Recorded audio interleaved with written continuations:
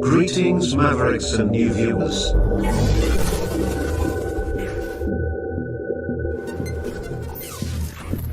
Tonight, direct and live from the Maverick News Network World Studios.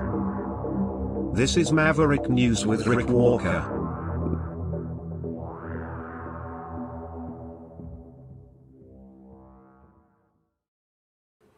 Welcome back, Maverick family and new viewers from all around the world. We have a special report tonight on the immigration issue in Springfield, Ohio. You may recall Donald Trump making headlines, as usual, but in this case, some time ago during the campaign for re-election, for his second kick at the can, talking about Haitian immigrants eating cats and dogs. Well, now the situation, of course, is a whole lot different in Springfield, Ohio, because Trump is back in office and ICE is going after those Haitian immigrants, and they are being tracked. We'll tell you how, we'll tell you why, we will get community reaction tonight, and we will dig into the whole immigration issue in a deeper way tonight, and I'll have some help along the way with some people who are in the know and have been looking into the issue and are directly involved in the issue. So we'll be talking a lot about that tonight. We also will be running Maverick Midnight Matinee this evening because we didn't do that last night. So feature movie at the end of tonight's broadcast. It will be related to a lot of what we're talking about tonight. Of course, we also have today's other top news stories to bring you. And I think maybe most important, sort of headlining everything here tonight, is the ongoing war of words between Donald Trump and the families of the sailors aboard the aircraft carrier that has been in service now for 9 months. Yeah, the Abraham Lincoln. So we have all that and a whole lot more when we come back on the other side of this.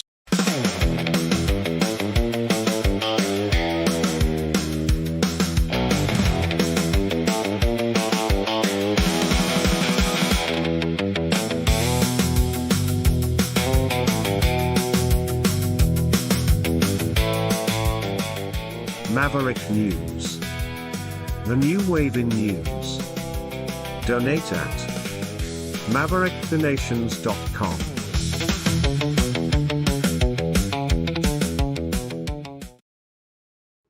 So before we get into the immigration issue, we'll bring you some of the top stories for today. We have, of course, the ongoing controversy surrounding the USS Abraham Lincoln. Families of sailors still coming forward to bring their stories to the public, the stories of the sailors, as Pete Hegseth, Secretary of War, saying the reports from media about the conditions deteriorating aboard the USS Abraham Lincoln because of the extended tour of duty, which now is at an unprecedented 9-month stretch. He's saying that it's all fake news, and Donald Trump saying pretty much the same thing. And in fact, when he was asked, was it yesterday, about the issue, he said that the Abraham Lincoln had not been in service long enough. He literally said that.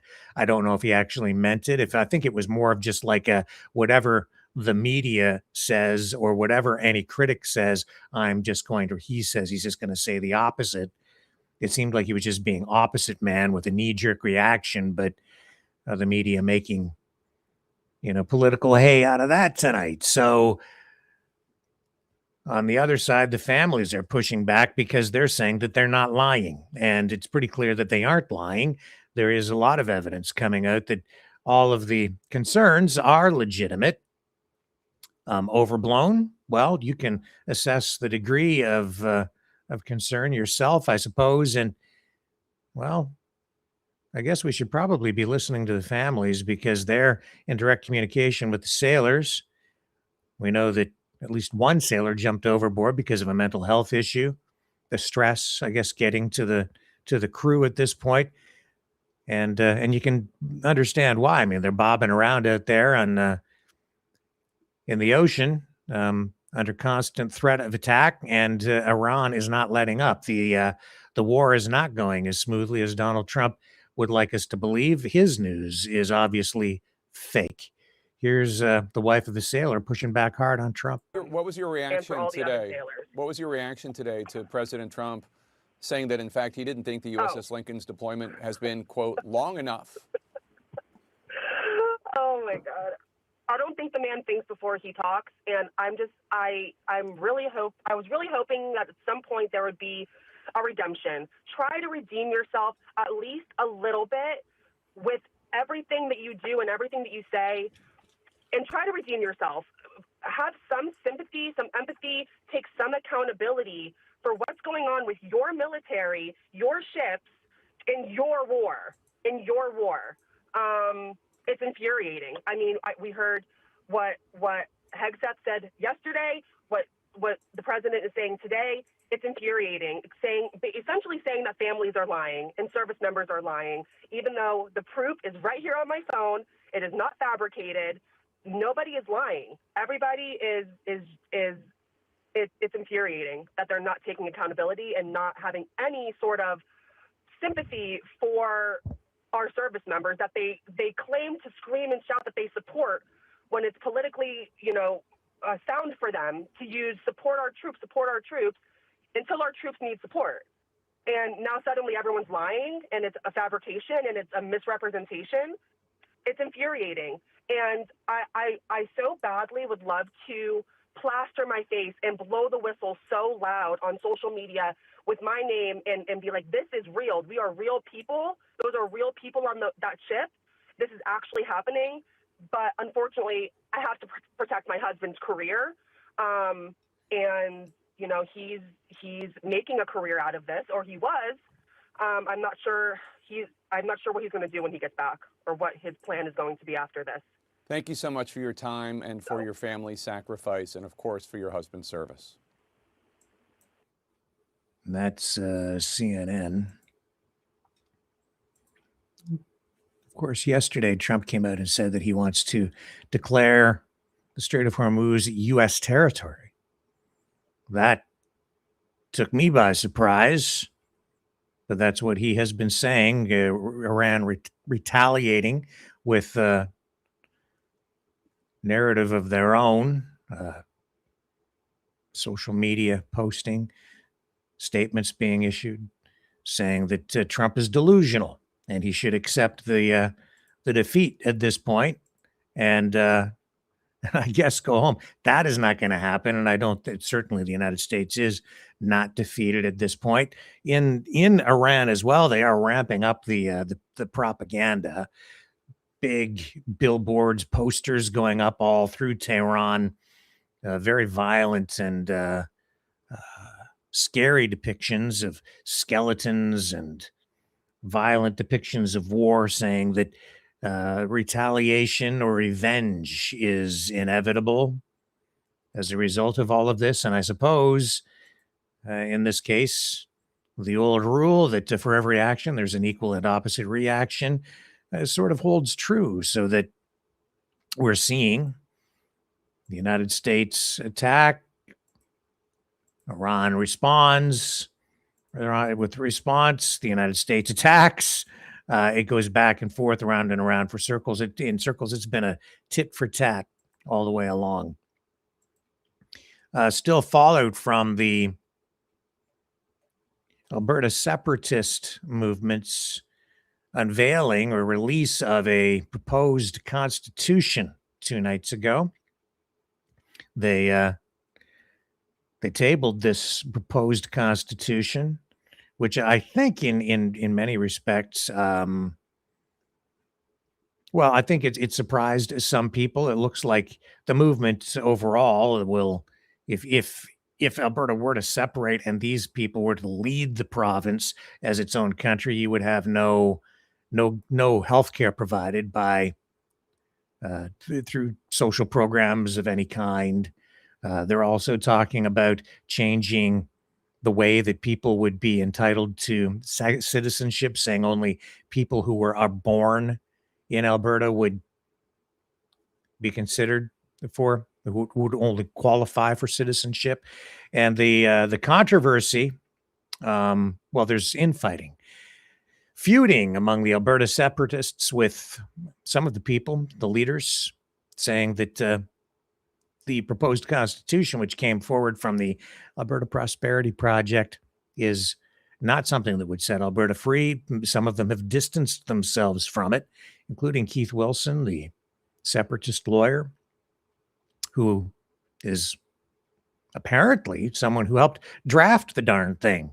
At least that's what the people in the APP are saying, while Wilson is saying that he hasn't even had a chance to review the proposed constitution. So I don't know what the truth is, because the truth is elusive when somebody's clearly lying, or maybe all sides are.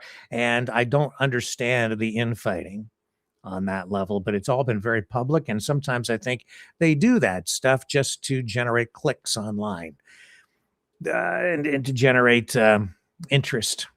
And here I am talking about it again tonight.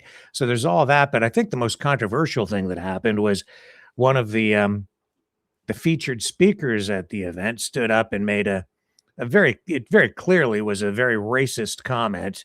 And that triggered, again, a bunch of people in the separatist movement to distance themselves from it and say, oh, we don't have anything to do with that guy. But he's been deeply involved in the movement, and was one of the people up there making the presentation. And when he said it, at least half, I could hear them, at least half the crowd applauded. Whether they realized what they were applauding for or not, well, that's up to you to decide. But the man who made the comment, I guess, has since resigned overnight because of the public backlash against what he had to say. So I think that it exposed, one of the dark sides of the underbelly of the separatist movement out there. And so distasteful was it that even they couldn't withstand the public pressure or the political correctness surrounding all of that. So with that, we should probably prepare to start to dig into our feature report tonight. And I'm supposed to have a guest on to help me with this, and he has not yet arrived. I'm a little bit surprised, actually. And oh boy. Okay, so looks like the link is not working for him. I don't know why. I'm going to take a little break. I'm going to see if we can make this work. Otherwise, I'll just have to go solo, I guess, tonight on this. And that's okay. Well, I do have actually one other guest lined up, so we'll go to that for sure. I have a feature interview out of Ohio coming up. So stay with me. We have more coming up right after this. We are the Mavericks. Welcome to the Matrix, baby. Hope you like the view.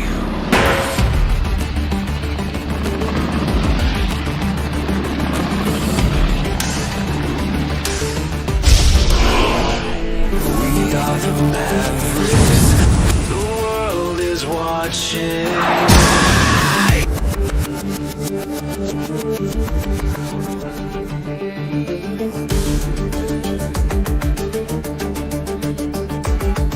We are the Mavericks.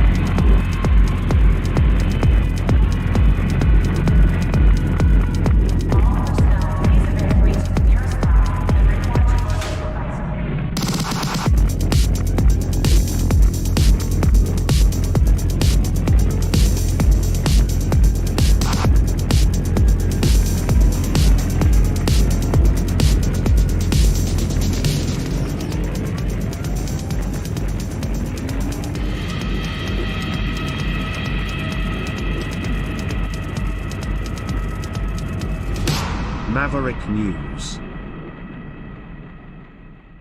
The world is watching. So tonight we are going to dig into this Haitian immigration issue in Springfield, Ohio. You may recall that during the last presidential election, Springfield, Ohio, focused a lot of focus on that community because of comments that, well, because of social media posts making accusations of Haitian immigrants eating cats and dogs. And it was crazy. And Trump latched onto this, believed it, and he started talking about it in, well, he just started talking about it. And it became something that even was front and center during the debate between Kamala Harris and Donald Trump. In any event, that put Springfield, Ohio on the map, even though it was already on the map because of the Simpsons episode that talks about, talking about Springfield, Ohio, which made people's brains explode. And then you've got the immigration issue layered on top of all of this, right? But the cats and dogs thing, that's just a lie. It was a lie from the beginning. It's a lie. It's still a lie, and it still persists. It's out there. It's actually kind of gross, very gross. The the prejudice, the racism around the whole thing, and it's ridiculous. But that being said, it's a very serious situation on the ground there now, and that's because you now have ICE moving into the community, and they've been moving into the community since Trump took office again, because the whole immigration landscape, the situation is completely different now because, we've shifted from Biden now to Trump. And as a result of that, the policies have completely changed. The narrative politically and through the media has changed. And what I'm going to do tonight is bring you a side of the story that I think largely, especially on the conservative side of the media ecosystem, you're not getting this information. The perception that has been left with people, especially in the conservative side, has been very skewed and inaccurate. So I've been digging into it over the last few days. I have a feature interview lined up for you out of Ohio tonight to get you closer to the truth. But first, let's do a little bit of a social media scroll to show you the status of things. And I'll explain in the course of this what the biggest concern was. The thing that really touched a nerve with me was these ankle monitors that are being forced on the Haitian immigrants. Now, we talked about this last night. I think we ran this clip from this lady here explaining the issue. We're going to explain it in more detail as this report continues. But here's, I think this is more of a conservative side. This is panic is erupting among Haitian immigrants in Springfield, Ohio, as temporary protected status has expired and an ICE surge is imminent. This was back July 28th. And so, yes, things have really ramped up since then. And it was beginning right around that time. It says hundreds of thousands of migrants, including several thousand here locally, are questioning what comes next in their legal U.S. status. The temporary protection status expired on Monday. That was, what was that, July 28th? And it affected the Haitian community here in Springfield. That's all very true. Enforces the law as hundreds of thousands of migrants, including several thousand here locally, are questioning what comes next in their legal U.S. status. The temporary protected status expired on Monday, and it affected the Haitian community here in Springfield. 2 News reporter Avery Feldman is live up in Clark County this morning, breaking down what we know so far. Avery. Caleb, Kelly, around 12,000 Haitian migrants here in Springfield lost their work authorization last week, and now with TPS's expiration yesterday, they may be at risk of removal. Right now, the judge that initially ruled against the government's motion to effectively end TPS for Haitians back in February, has the case again in front of her, though experts say she does not have many options. A Supreme Court ruling late last month allowed the Trump administration to proceed with plans to end TPS, which impacts over 300,000 Haitians in the U.S. The Department of Homeland Security sent us a written response as to what comes next, reading in part, quote, ICE enforces the law as written. What makes someone a target for immigration enforcement is whether or not they are illegally in the U.S. Full stop, end quote. The Department of Homeland Security also tells us anyone who does not self-deport will not be able to return, but the Haitian Support Centre says there is no way of knowing who could be detained, even if someone has a pending asylum case.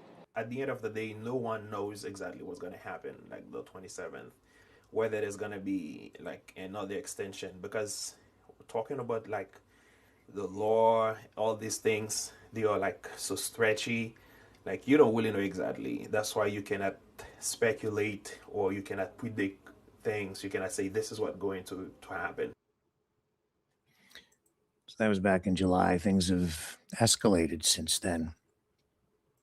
And now they're putting ankle monitors on the Haitian immigrants. Here's a clip back from July again as the as ICE began to surge in the community. And we'll just run a little bit of this. Few years, an old industrial city that now is really coming back and moving. The city of Springfield has come back strongly over the last few years, an old industrial city that now is really coming back and moving forward. One of the reasons they've been able to do that is because of the Haitians who have filled these jobs. They not only have filled jobs, they've started open restaurants, they've bought homes and rehabbed houses. They've done a lot of things that frankly have contributed to the community. And for them to be lost is going to be a big blow to Springfield, and it's going to be a big blow to the state of Ohio. I think, though, it's not just about Ohio. It's not just about Springfield. If you look at caregivers, if you look at long-term care in this country, about a third of them, people who work in nursing homes, are immigrants. If you look at home health care, where they keep people in their own home, which is what we want, about a third of those individuals are immigrants. And so when you start deporting them and getting them out, people are really going to suffer. They're going to really feel it. So this is kind of the point, okay?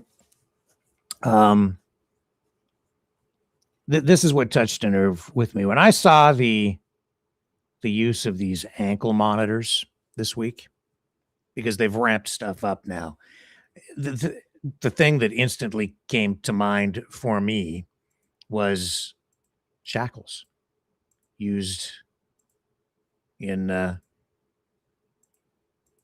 by slave traders. You know what I'm talking about? Yeah, sure you do. I'll put up some images here. And it's not hyperbolic because, the interview that I'm about to do, it's a recorded interview that I did earlier today out of Ohio from a community center there. And it will explain why. Maybe you don't know your history. Maybe you do. Maybe it doesn't resonate with you, but it certainly did with me. And the reason is because Haiti has such a long history of oppression, first ruled by the French, and the population there, the Haitians, enslaved. As a result of the oppression, there was an uprising, and it was a country that successfully emancipated itself, in a matter of speaking, from the French in a violent uprising. And finally, the French did recognize Haiti as an independent country because they wanted separation and independence because they had been enslaved, and it was violent. But the French demanded reparations, so it put Haiti into a spiral of poverty. The United States eventually ruling over the place, and things didn't really get any better. They've just been constantly oppressed. They also have had to constantly endure natural disasters, earthquakes, floods, all kinds of problems. In 2010, there was a massive earthquake, 200,000 people killed, huge disaster. As a result, the United States, extending a hand of compassion and allowing a lot of Haitian people to come to the United States with a temporary protective status in order to move to the community, to the U.S., and were given permission to work in the U.S. while that situation was being dealt with. And then there were just a series of other disasters over time, destabilized governments, the overthrow of the government there, leaving gangs in control in many parts of the country. And as a result, it's a violent place to live. Often women and children are raped because there really isn't a stable government in place, and it's still not stable today. I listen to people here in Canada complaining about our situation and how it's hell on earth, and I hear, you name it, people just complain. But the truth is, it's all first world problems that we're dealing with here. As bad as things have been, especially since the pandemic, no excuses for the government. I'm just saying that as bad as we maybe have it, we don't really have it that bad, especially when compared to what the people of Haiti have had to endure, compared to, the Dominican Republic right next door. Haiti, it's like night and day. Dominican Republic, a playground for tourists, and right next door, Haiti, an impoverished country, still in political turmoil. And that's why so many Haitians were allowed to come to the United States, immigrating. And as they immigrated, as the governor of Ohio just indicated, they filled a void, a vacuum in some communities, specifically Springfield, Ohio, because that's a town that was hammered economically through the 70s, 80s, 90s, when factories were shutting down and the big corporations, the big corporate oligarchs were making bigger and bigger money by outsourcing production to other countries, shipping the production out to countries where wages were much lower: Vietnam, China, Mexico, Sri Lanka, you name it. All through the 70s, 80s, 90s, it was an erosion of jobs. Springfield, Ohio turned into something of a ghost town, losing much of its population as people moved away because factories were shutting down. There were no jobs. There was no future in the community. Eventually, the community leaders were able to bring in new investment, new industry, but it took a long time. However, when they did that, and there were companies specifically like Amazon that set up a distribution center, for instance, and that's not an uncommon thing in a lot of communities now, as the economy has shifted in the United States. This is, of course, pre-Donald Trump, right? Here, I'll show you. So, yeah, there were food processing plants that finally were brought into the community. There was new investment. And one of the biggest developments was the establishment of an Amazon distribution center.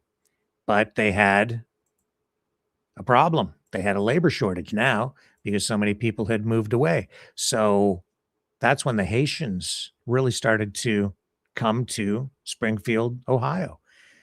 A number of years ago. What was the year? That would be probably around, I'd have to check the year again. In any event, it's within like the last probably decade. And they've been filling these jobs.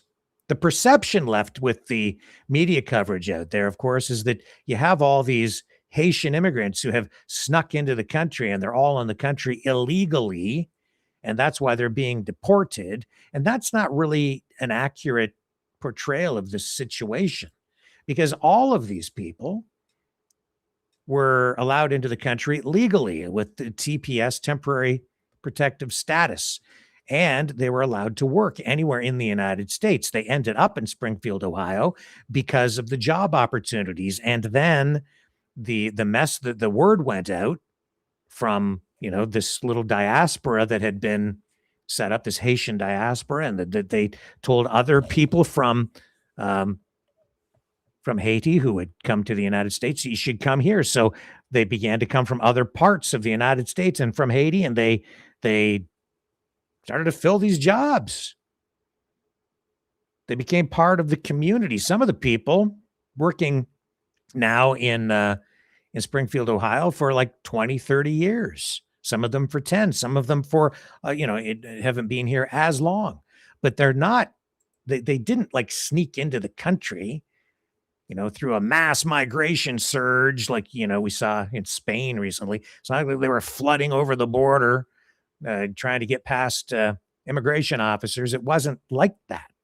It was over time. And it wasn't even like a government program, but what was going on was these companies were encouraging people to come, and they were telling people that they were hiring these Haitian employees.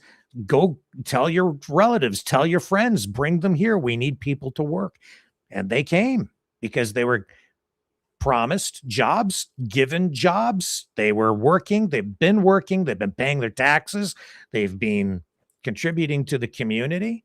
They've been helping, as the Ohio governor just said, they've been helping to rebuild Springfield, Ohio over the last couple of decades, putting it back on the map, getting it back up on its feet. It was a ghost town, practically, and now it's vibrant again. It's coming back to life, and it's largely because of the labor that these people have invested.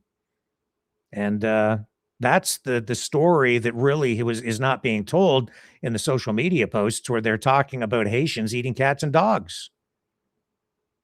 The posts are dehumanizing. The posts are actually, really disgusting when it comes right down to it, because it's a lie, and they're designed to dehumanize, to divide, to get people angry. That's what it has always been about. And Donald Trump was using it during the election to get himself elected, which is even more disgusting because he was lying his ass off too. And he doesn't care. The thing is, the United States also has a deep history of slavery. And these shackles were a key tool of the trade for slave owners in the United States and around the world where there was slavery, including in Haiti. That's why there was a violent uprising around, what was it, late 1700, 1804, somewhere around there. And yeah, a lot of people were killed. The Haitians enslaved. You'd be pissed too. If you were being held as a slave, I would be. I'd fight back. I wouldn't take it, would you? We got locked down, and that was more than I could take. I was enraged. You want to make me a slave? It's bad enough when you're working for minimum wage. Some would say that's like modern day slavery, and you work in farm fields, that's modern day slavery. But sometimes a lot of these people are working for below minimum wage. I don't think that's the case in Springfield, Ohio at these Amazon distribution centers, but I'll tell you this. They're not making $100,000 a year. But they are the people who have been breaking their backs, working their fingers to the bone to make sure that everybody ordering their crap from Amazon gets it delivered with free shipping at a price point that puts local businesses under. And even some large big box stores, because they can't compete. I don't even understand how they're able to do it, frankly. They just have such massive economies of scale. And as Amazon makes more and more and more profits. Jeff Bezos gets to fly around in outer space with his giant space dildo. Like, and I mean, that's what his spaceships are like. They're literally shaped like that.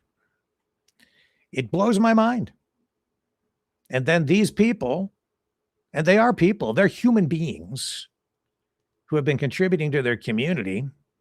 You better step back and think about this, folks. How would you feel? And maybe you've been in this position. You work for a company for 5, 10, 15, 20 years. And then you're told, we don't want you anymore. Just get the hell out of here. No severance, no nothing. Just get the hell out. And if you don't get the hell, not just out of this plant, but you get your ass out of this country, we don't even want you here anymore. How would you feel? Or just, you move to a community, you get transferred by some company, you work there for 20 years, and then they fire you, lay you off, and say you don't get any severance, you don't get nothing. And we hate you so much, we want to kick you out of town. Like, that's literally what's going on. That's closer to the truth. So disgusting is it that the people who have been working their asses off are now being accused of eating cats and dogs. And they're human beings. They're people. It's wrong.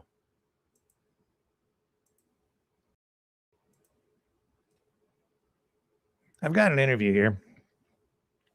I'm going to go to it, take a short break, come back, feature interview with the operations director at the Haitian Community Support Center, who explains all of this in much more detail. She's on the ground. She's working with these folks who are being now rounded up. They're being called into these ICE detention centers.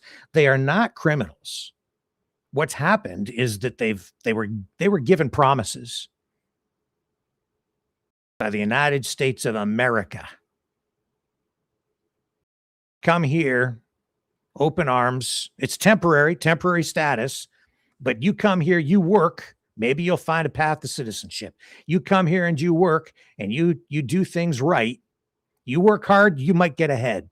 You come here, you contribute, and you'll be treated well. Well, you'll have employment opportunities. Do it the right way, and you might be rewarded. So they came. TPS, temporary protective status. But what's happened is after that promise being made and them coming here and putting in the time and putting in the labor and, contributing, now Trump comes along and says, screw this. We don't like you. They've just stripped the TPS status. They've taken it away. And so now they're illegal. Why are they illegal? Because they stripped them of their status. So they call them in and say, hey, why are you here? We took away your TPS. So here, what you have to do now is we're going to put an ankle tracker on you, a modern day shackle, in my view, my personal opinion. They put a shackle, a modern day shackle, an ankle tracker on these people, which is what you do with a high flight risk criminal who's under house arrest. And they put restrictions on these folks. And they say, or if you don't want that, we'll give you like $2,600 and a plane ticket and get the hell out of here. Go back to Haiti. We don't want you. But there are reasons why some of these people don't want to go back. It's because some of them have been here so long. They've put down roots in the community. They've got families. In some cases, they've like had children who are U.S. citizens born in the United States. This is why Trump and the birthright citizenship thing has been front and center as a big issue, because he doesn't care. He just wants to send them all back. Even if they're American citizens, no, their citizenship doesn't count. They were born here. Who the hell cares? These are kids who are born in the United States, have been maybe going to school in the community for years, don't know anything other than the Star-Spangled Banner. They're Americans. But he doesn't like them. So he wants to turf them. And a lot of other people do too. Maybe because they're bigots, maybe because they're racist, maybe because they don't understand, maybe because they're just watching too many videos on X telling them that the Haitians are eating cats and dogs. Meanwhile, you've got labor shortages developing because the companies are now trying to fill jobs that have been vacated by Haitians who have self-deported. And in other cases, you know, the families are living in fear. They're only staying in the country now because they're trying to get permission to have their status extended. Permission, can I please stay? And so this is now in flux, and at least they're getting some sort of due process, but really they don't really have much in terms of rights. They don't really have any rights, but they're paying taxes. This is the irony, and I bring it up in the interview with Rose in a minute. I mean, what is more ironic than taxation without representation in a country that was founded on exactly that grievance? Talk about hypocritical and unfair. People are people, and around here we give people who have no voice a voice. That's what I'm doing tonight. Again.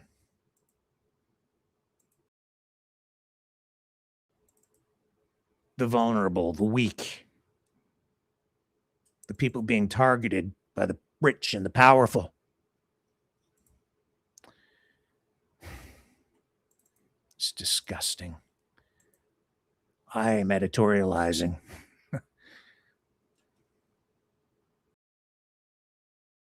Here's the interview. Rose Tamar Joseph, Ohio, Springfield, Ohio. Director of Operations at the Haitian Community Support Group. Hi, who am I speaking with? Rose Tamar Joseph.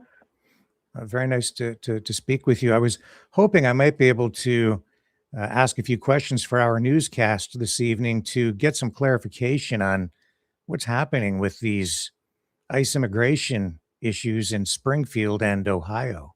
Could I ask you a few questions about that? Yeah. I appreciate it very much. I've found some of the reports coming out of Springfield to be rather disturbing as I'm seeing people fitted with these ankle monitors. Can you explain to me why that's being done? Honestly, we don't know why, but people in Springfield are receiving calling letters from ICE. So they have to go and check in with ICE. And when they went to those check-in appointments, they put ankle monitors on them.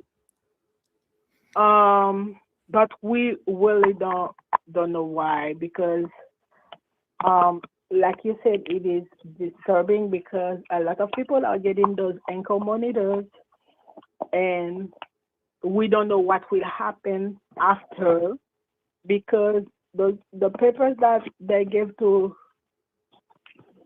those people said that they have been arrested, and it is like some type of probation, but we don't know for how long they will have those ankle monitors. Yes. And they have to show up to ICE check-in, and some of them have their court appointment soon after those ICE checking, so we don't really know. But they haven't really, but these people have not committed any crimes. No, they are just immigrants. They are peaceful citizens who are working and providing for their family. They are paying taxes, so they are not criminal. Right. And it's my understanding that a lot of these people have been in the community for a long time, working in places like the Amazon distribution centers, yes, food processing plants. You're right. Right? You're right.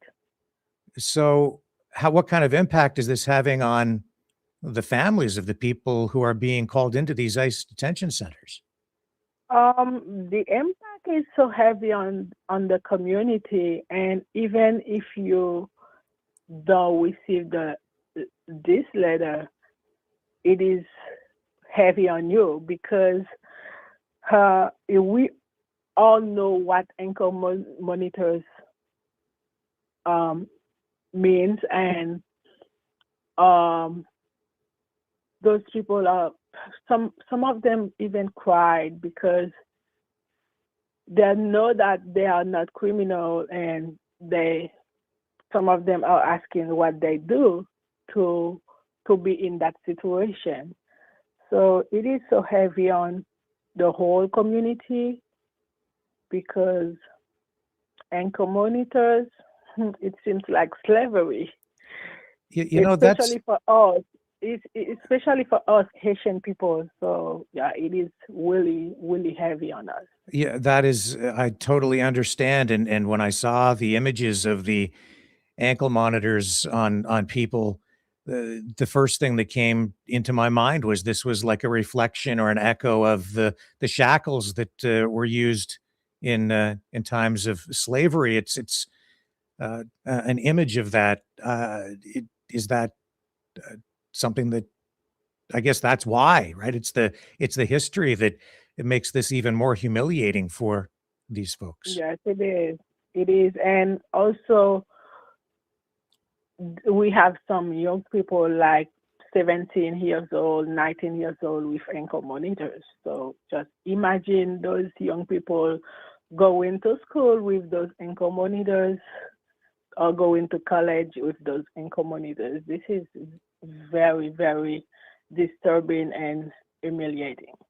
Yes, it makes it's like putting some sort of a mark on people as they move through the community so that they're singled out. I can certainly understand that. It must be incredibly degrading to have to go through that. Yeah. So these folks who are being targeted, are they being given options? It's my understanding that they're being offered about $2,000 and a plane ticket, or they can do this. So if they they offer options. So either you go back to Haiti, they will give you $2,600 and a free ticket, or either you get the ankle monitors. But the reality is that they know that Haiti is not ready for people to go back. I'm sorry, I didn't understand. You said Haiti is not what? Ready. Oh, ready. It's not ready. Yes, because with all the gangs situation, people are being raped, people are being killed. So a lot of those Haitian people who fled Haiti fled for a reason. So imagine asking someone who has been kidnapped or maybe hurt to go back to Haiti. Right.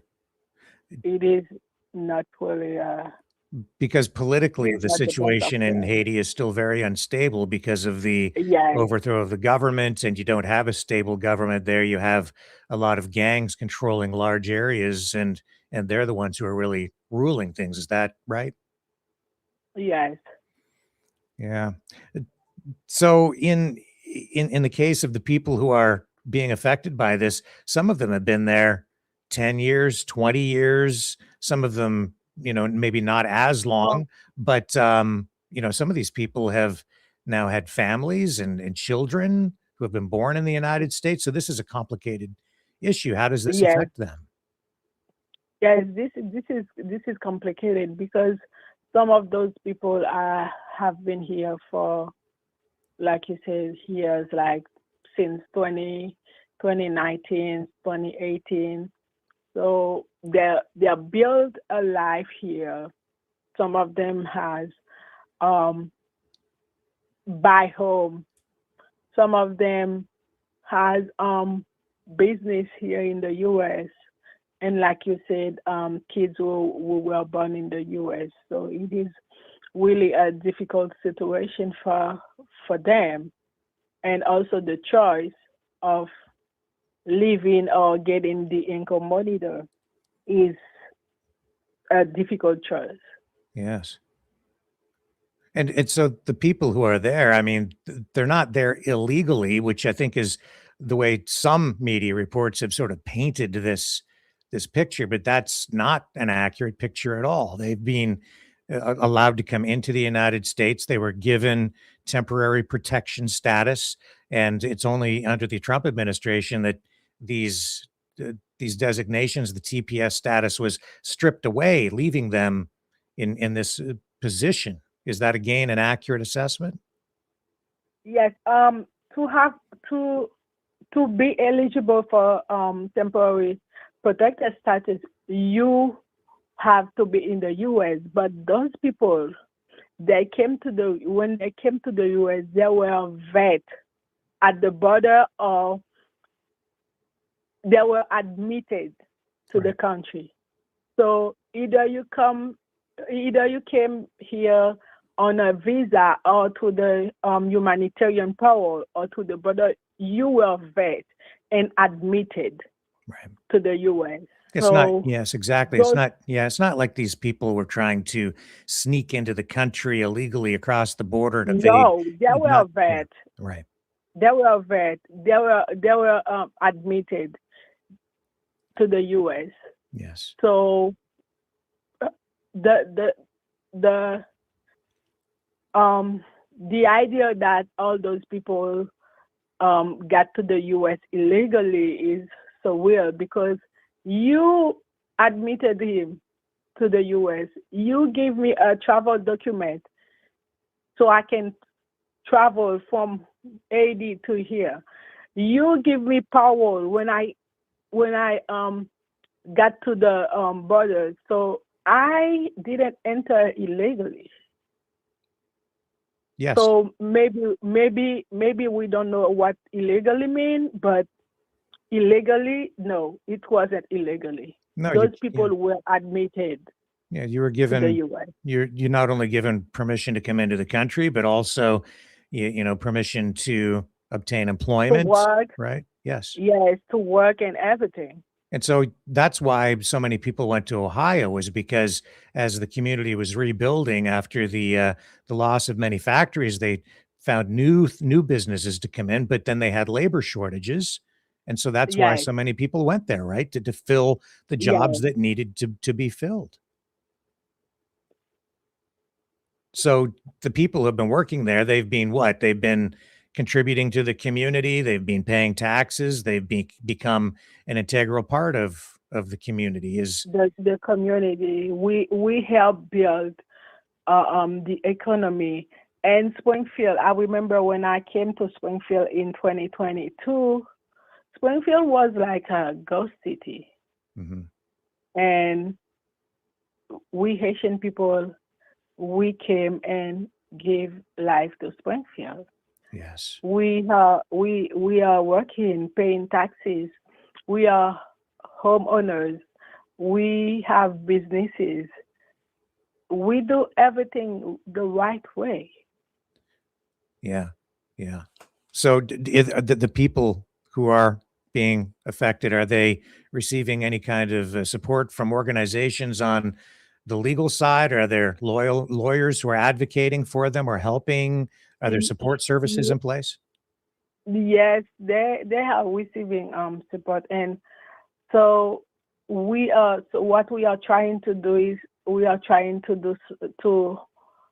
get them fill out a motion so they can send to the judges and to ask them maybe to authorize ICE to remove the ankle monitors.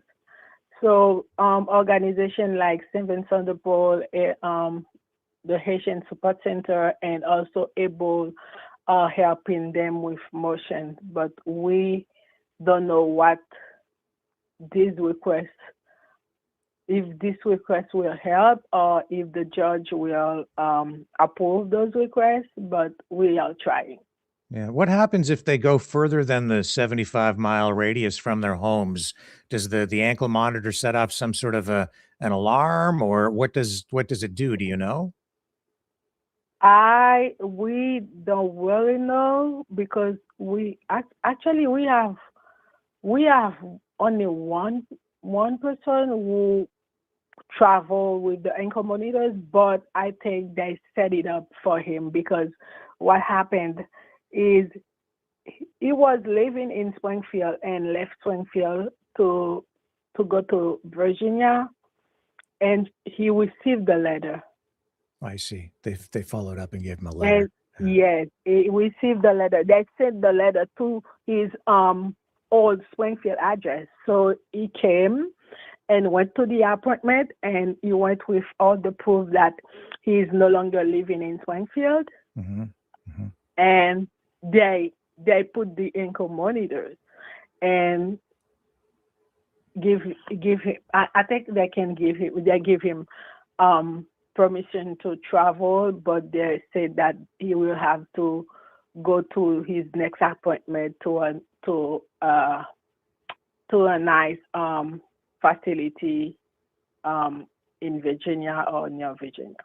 So what's your involvement? What position do you have, or how are you helping your community? What organization are you with? I am with the Haitian Support Centre, Mm-hmm. Haitian organization in Springfield. So what we do for them, if they want to go to the checking appointment, because we told them that this is a personal decision. If they don't want to go, we can't force them. But what if for the one who want to go, we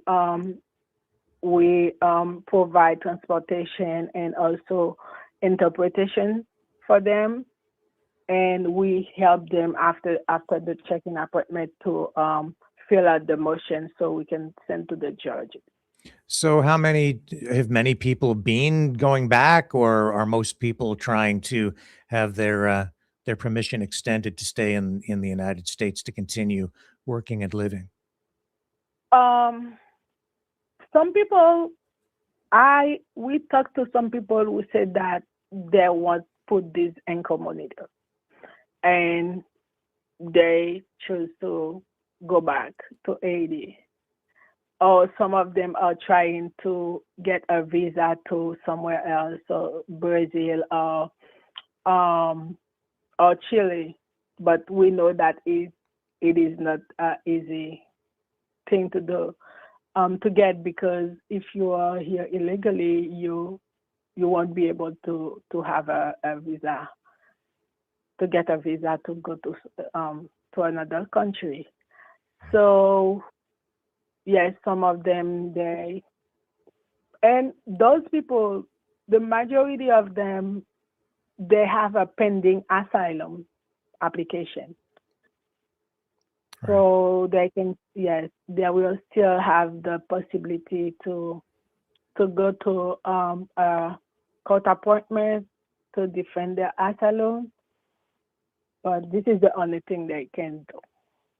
And if I recall correctly, a lot of the Haitian immigration to the United States really began around 2010 because of the massive earthquake that took place there. And then there have been, a few other waves of people coming in because of the political instability in the country. But in all cases, it's because humanitarian aid and compassion was extended by the United States, welcoming people to come into the country.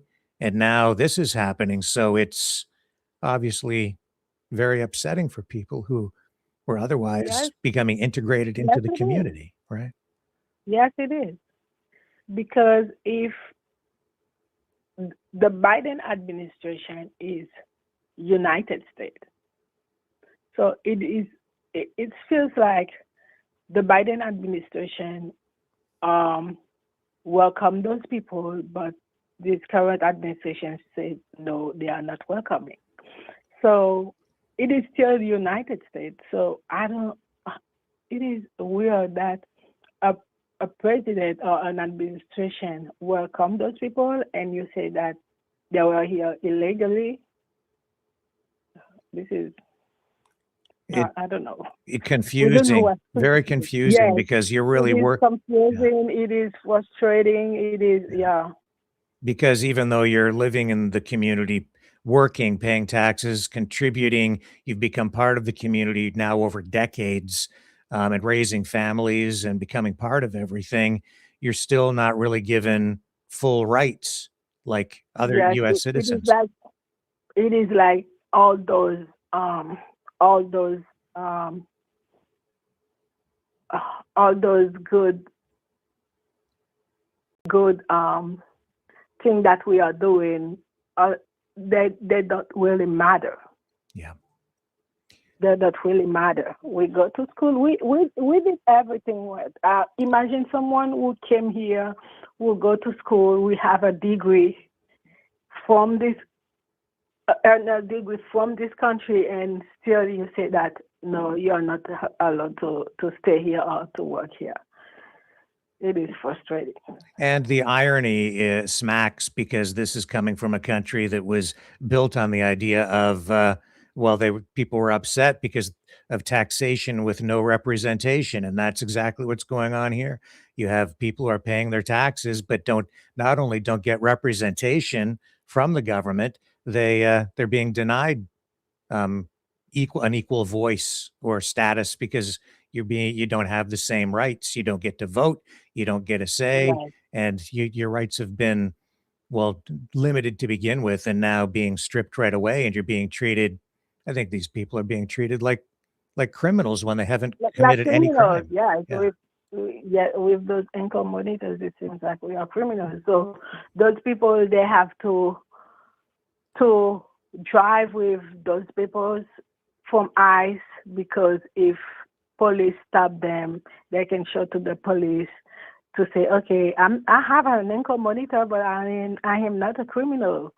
They have to go to their workplace with those papers to show their boss supervisor that, okay, yes, I have an income monitor, but I am not a criminal. This is really, and we still have people in United States, in the American community, who really don't understand immigration, the immigration process, those immigration things. So imagine you are at a store with an income monitor and people are staring at you because they know that having an income monitor means criminal.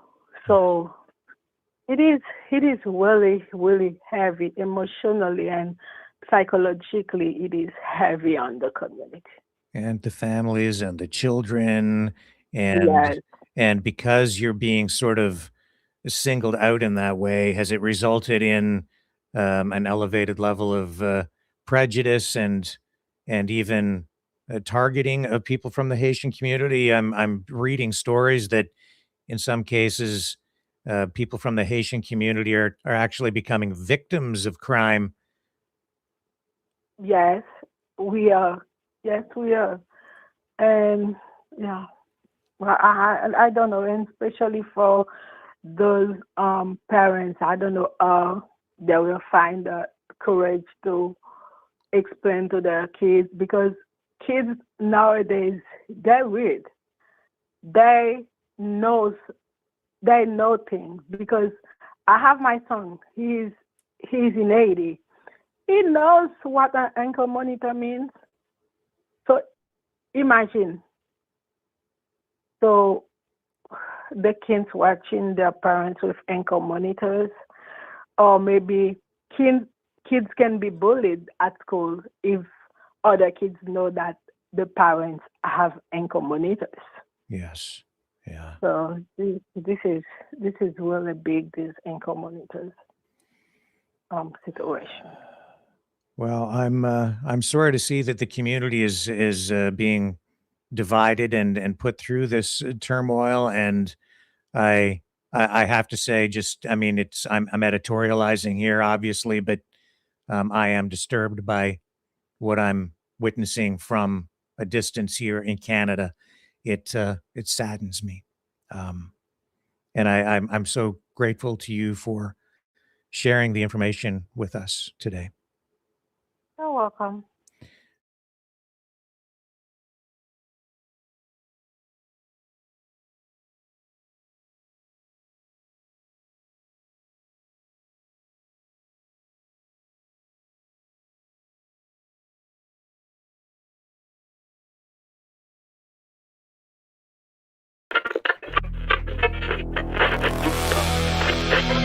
Blah, blah, blah.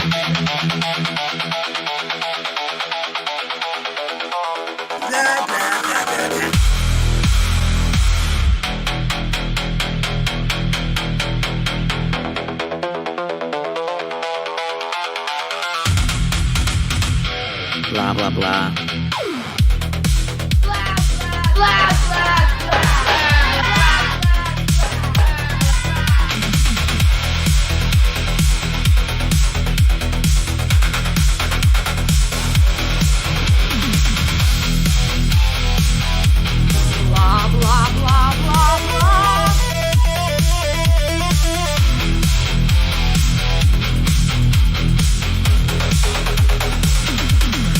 Blah, blah, blah, blah, blah, blah.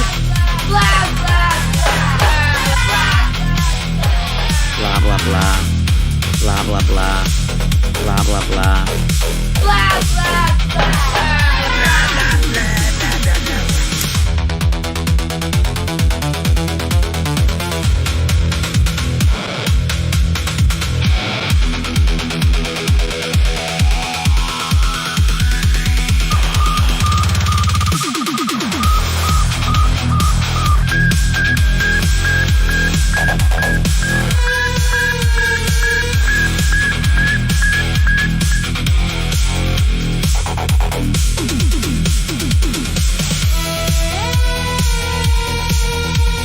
Blah, blah, blah, blah, blah, blah, blah, blah, blah, blah, blah. Blah, blah, blah.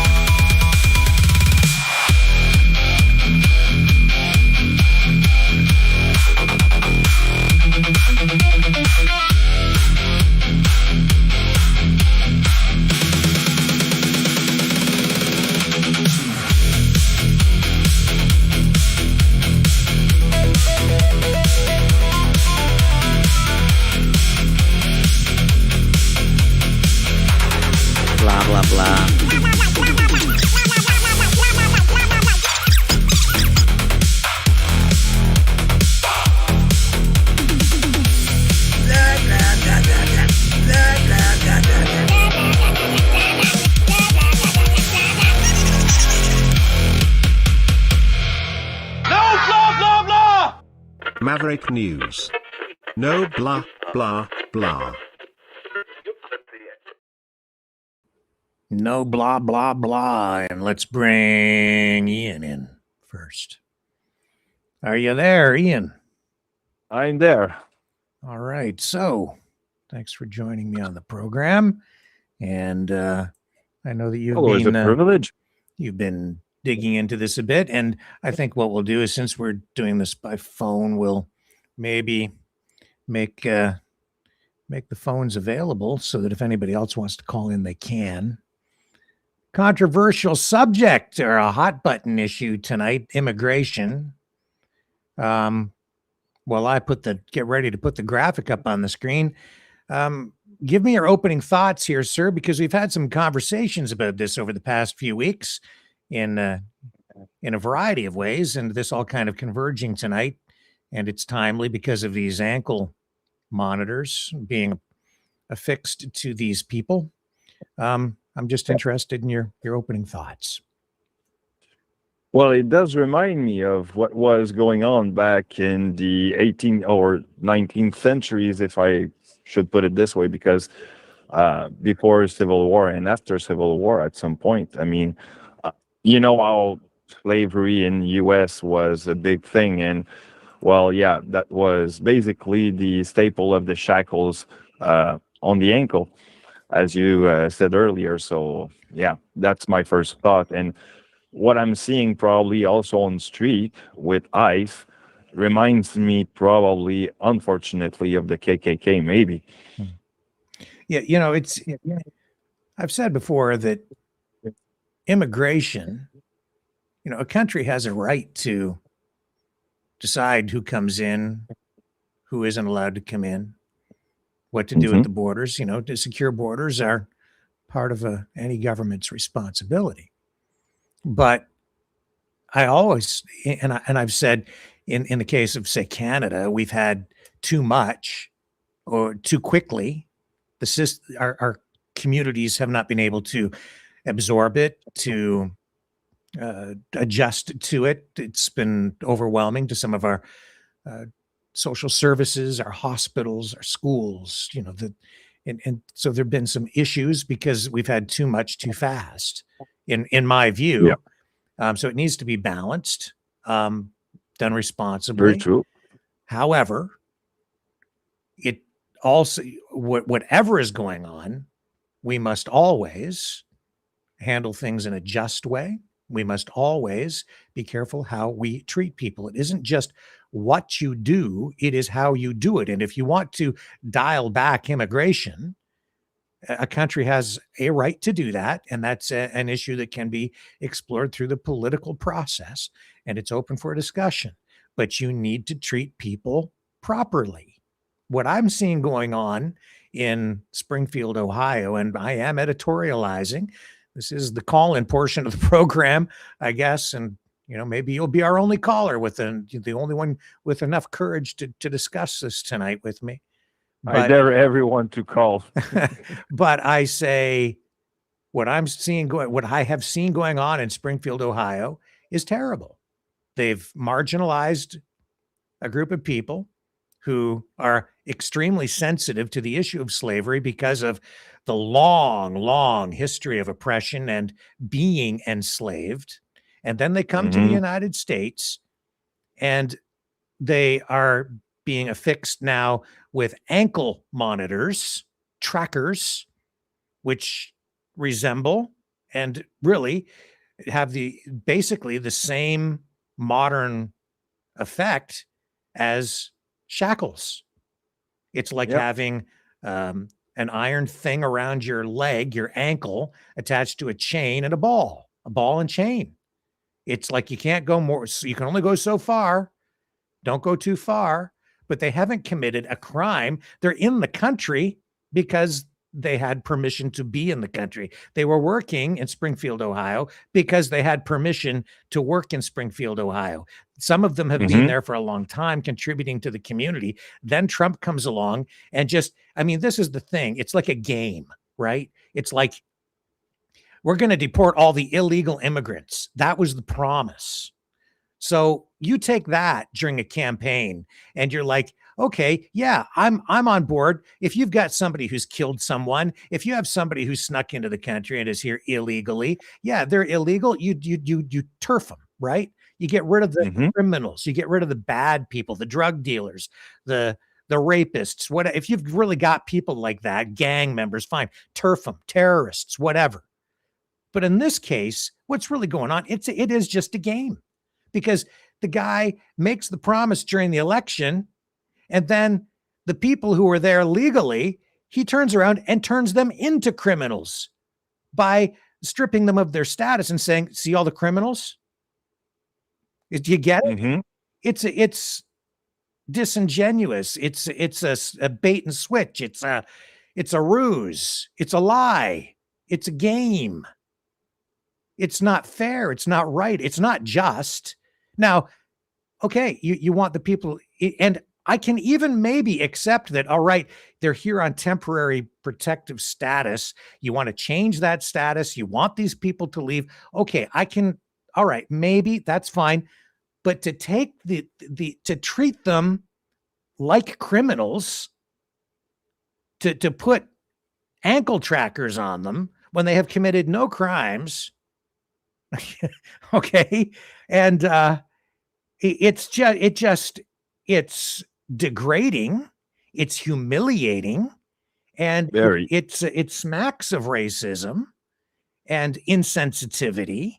Maybe, if you are not aware of the optics on that, the impact that has on people psychologically, on communities, the way that it marks people out, it's like putting, a star on somebody's garment. Yeah. You're walking around and you're marked to be ridiculed in the community. As Rose told me in the interview, kids going to school who are American citizens in many of these cases now, but they know that their dad or whatever has an anklet, an ankle tracker on. So, you're a second class member of the community. You're living and working and contributing and actually rebuilding Springfield, Ohio. But you don't have any rights. You don't have, or very limited rights. You don't have, you don't have a say. You don't get to vote. You're paying your taxes, and as I say, this is real irony. It's taxation without representation. Mm-hmm. You're not there as a tourist. You've just been designated a criminal. It doesn't respect the 14th Amendment at all. Do you want to elaborate on that? What do you mean? In the Constitution, that's where there's, I think, the clause from where you should respect everyone coming in America as coming for the American dream, basically. And that's basically what they're refusing to those people. Well, the other thing it reminds me of is Josiah Henson. That's Uncle Tom's Cabin. It's the Don settlement, very close to here, because where I live, this community was the end of was the terminus of the Underground Railroad, where fugitive slaves from the United States came to escape slavery here in Canada. Right. Another reason why we should never become the 51st state, because we've always kind of been a place of refuge for people, whether it was then or even during the Vietnam War. But, those are other issues sort of related. But Josiah Henson came here and settled here. But his history, what it reminds me of, is a part of his story. He was a slave, and he also became like a preacher.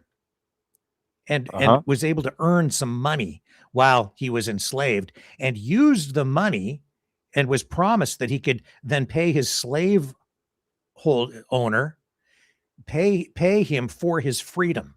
So he earned as much as he needed by doing this extra work as a I think I hope that I'm getting the phrase right, a preacher, right?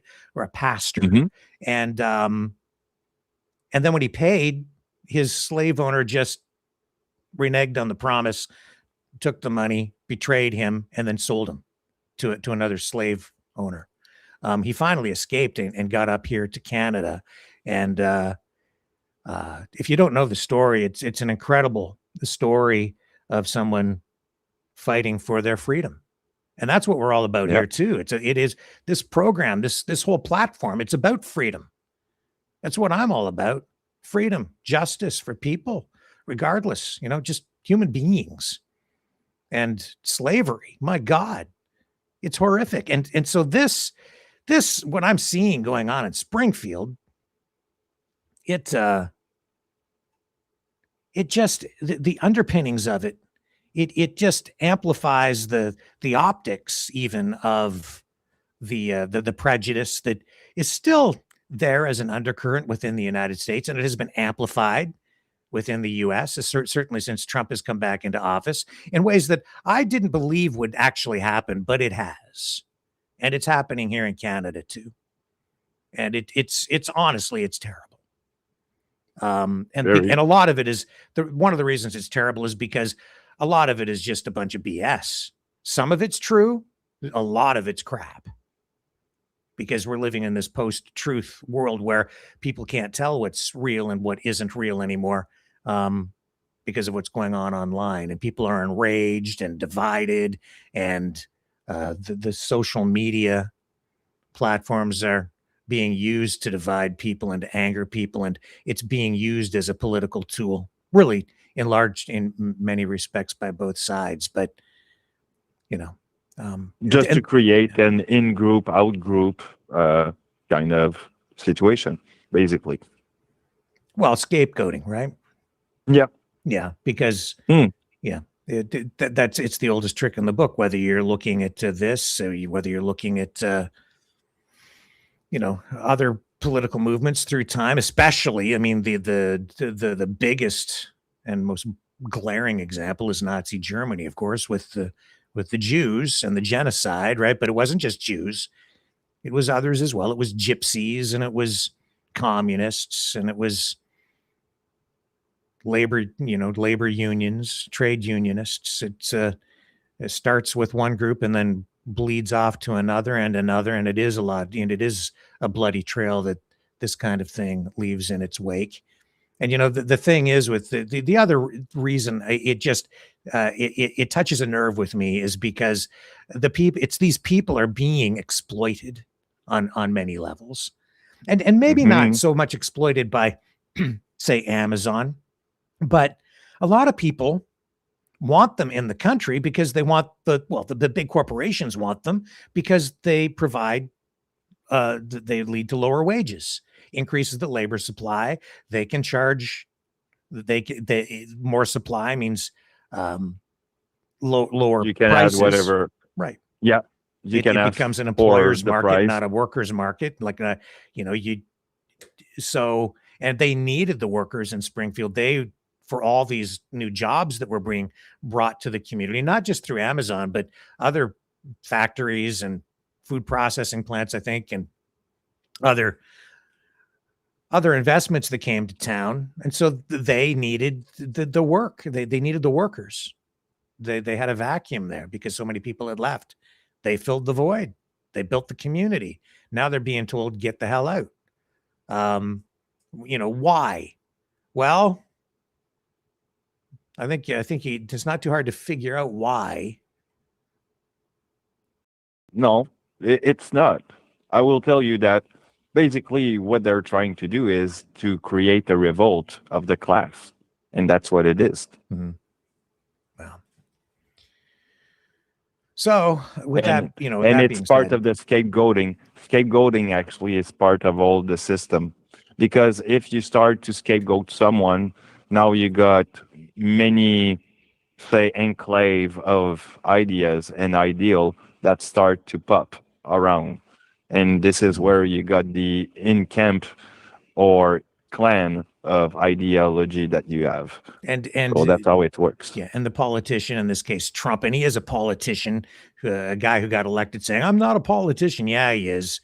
He's the consummate politician, the ultimate politician who lies as a matter of routine. If he opens his mouth like a politician, it's probably a lie. 98% of the time, it's a lie. He's told people that, and this is always a lie. You get rid of all those people, they're your problem, and then your problems will all be solved. The unemployment problem solved. Your problem with social programs solved. It's not really true. I can understand the culture shock, right? And those are real issues, and you can have those discussions. But if you think for 1 minute that just deporting all the Haitians is going to solve the problems in Springfield or the United States, you got another thing coming. In fact, it's creating new problems because now you have labor disruption again, because a lot of these people are being forced to leave the community. And the ones who aren't leaving, it's because they've got roots down. They've got families. They've got kids. They've got other reasons they might want to stay. It's just, it doesn't solve your problem by blaming it on other people. It really just, it doesn't. Well, basically, it's going to condemn probably the country or the state to collapse economically and sociologically. I was watching a video today, Ian, of a guy from Minnesota. He manufactures machinery, like snowplows and heavy machinery. Has a sort of a mid-sized, small company producing this stuff. And he has his own little channel. I'd never seen him before, but he gave an assessment of the economy from a small business person's perspective. And it's like I've been saying for a long time now, the stock market might be doing well, but for the average person and for small and medium-sized businesses, for people on the ground, for workers, for small business owners, the economy is not doing well. The tariffs have increased inflation immensely. It's created a lot more chaos within the economy, even in the United States. He was talking about it. He doesn't even know if his business is going to survive. And that's because of Trump's economic policies. If all the things that Trump had promised were actually true, he would be doing much better. But as a stock market that is being rigged to go up and down, and Trump is rigging it, there's no question about that, often just through his social media posts, and that has an impact on the markets. If the things he had promised were true, that guy would be doing much better. And during Trump 1.0, a lot of businesses, including even tool and die shops here locally, were doing better because there was deregulation that was happening. He was cutting a lot of red tape. He was opening, the path to more oil and gas production. Those things were very true in the first portion of Trump 1.0. But what's going on now with these tariffs, the worldwide tariff war, it's hurting people in the United States. It's crippling the U.S. economy. That's why they lost jobs last month. Canada gained jobs, 75,000. They lost about 28,000. Their economy 10 times larger than Canada's, and they lost jobs. And then he's sitting there telling everybody that the U.S. economy is going gangbusters and attributing some of that because of his immigration policies, deporting people. It is not having a positive effect on the economy. It's having a negative effect on the economy. It's shrinking the economy. A shrinking economy is not a growing economy. It's not a good economy. No. It's not a job-producing economy. It sucks jobs away. It's an inflating economy. It's reducing economic activity. You're taking productivity out of the country. You're reducing GDP. If you have more people producing more things, you've got more GDP. When they go to work, you're generally producing more value than you are actually, like more than the sum of you, right? You're producing more so that the company makes a profit. You get your wage, they get the profit, the whole economy benefits. You take these people out of the equation, you deport all these people, all their productive capacity, including, frankly, the taxes that they've been paying, will just vaporize. They're gonzo, okay? Like, no more taxes from them. They contribute to the tax base. That money, those taxes contributed to rebuilding Springfield, Ohio after the economic collapse. You need a strong tax base. I think they've got about 12,000 people or so who had moved to the community. You take 12,000 people out of a community of about 70,000. That's a real bite, man. And these are the people who have been, look, they're the ones who go to work every day so that other people can order their crap off Amazon and get it delivered to their door with free shipping, cheap. Okay? They're the ones who make that possible. All the people working in that plant. Not all of them are from Haiti. A lot of other people too. But you go to the supermarket, you get food for what you get it for. It's because you've got migrant farm workers working in the fields. And it goes on around here all the time. Temporary farm work. Everybody's upset about that for forever. That's what's gone on. In the view of some people, it's almost like modern day slavery, because a lot of those people are frankly working for below minimum wage at back-breaking work, and they're out there, harvesting crops and planting. And, I watched them when they're harvesting asparagus here, riding along in the back of the tractor thing where they're like, it's manual labor. It's hard, backbreaking work, man. Or you go out in tomato season. I see them out there and harvesting cucumbers and you name it. So they absolutely contribute. And because they bring those workers in and they work for such low wages, we go to the supermarket and I can buy a 10-pound bag of potatoes sometimes on sale for $1.99. Other times it's like $4.99. But when you think about all of the labor and everything and the energy and the inputs that go into it, my God, it blows your mind how efficient the food production system really is when you really think about it. Even though we complain because inflation makes groceries more expensive and things have gone up too much, like about 20-30%, like too much. But that's because of the whole other those are fiscal reasons. But I digress. The point is, it's how you do it. And I'm appalled to see them putting these ankle trackers on people who have not committed crimes. It's me too. In my view, it's dehumanizing, and that's a big part of the point.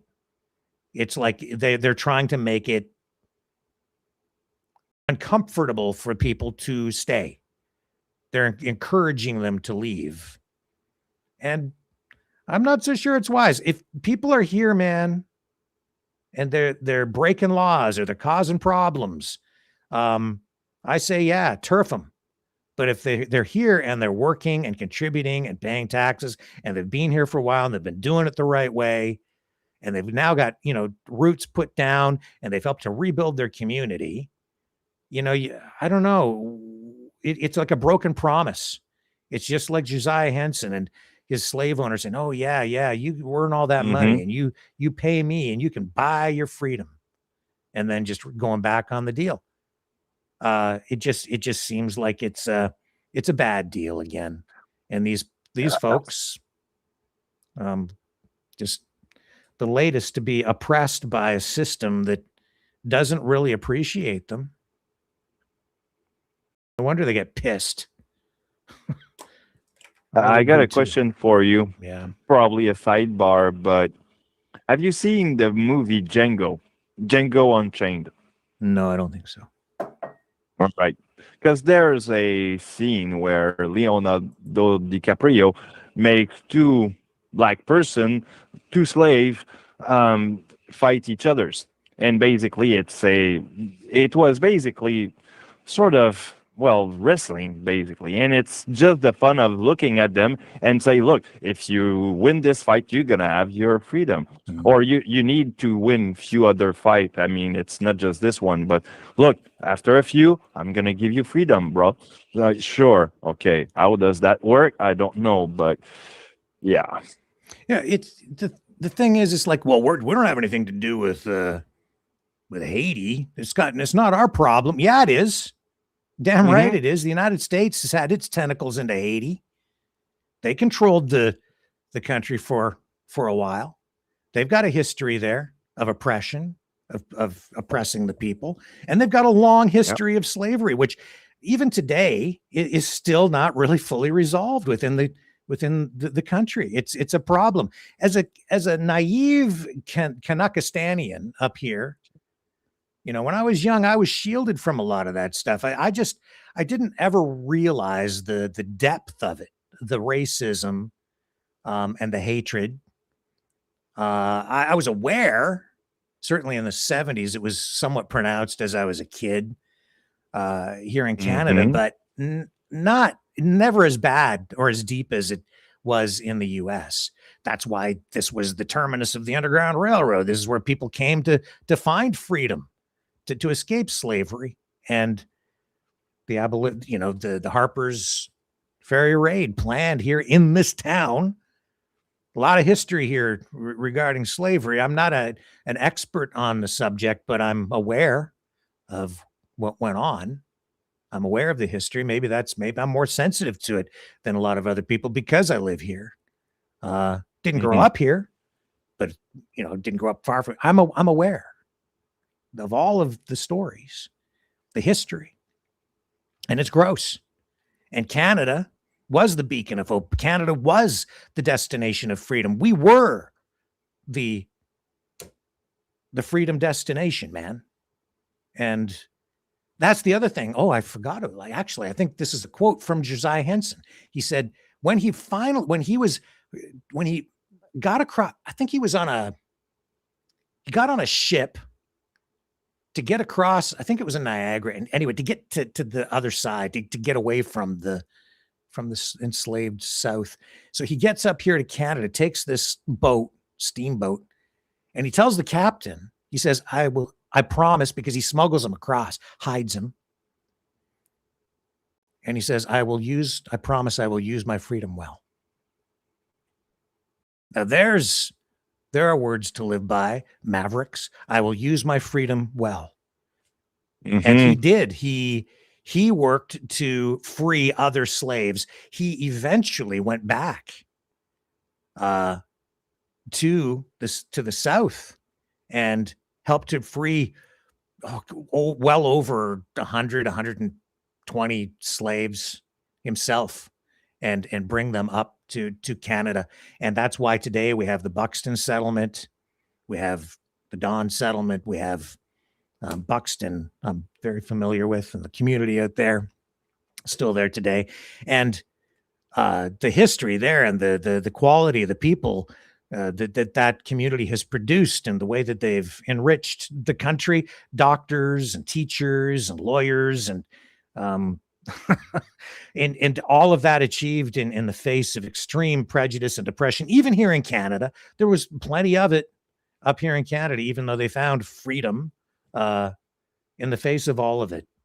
So I'm proud of my country because of our history, not in the sense that we don't have problems and didn't have problems. We did, but I'm proud to say that I live here in a place that was committed to freedom even back then in the face of the most horrific kind of oppression, slavery.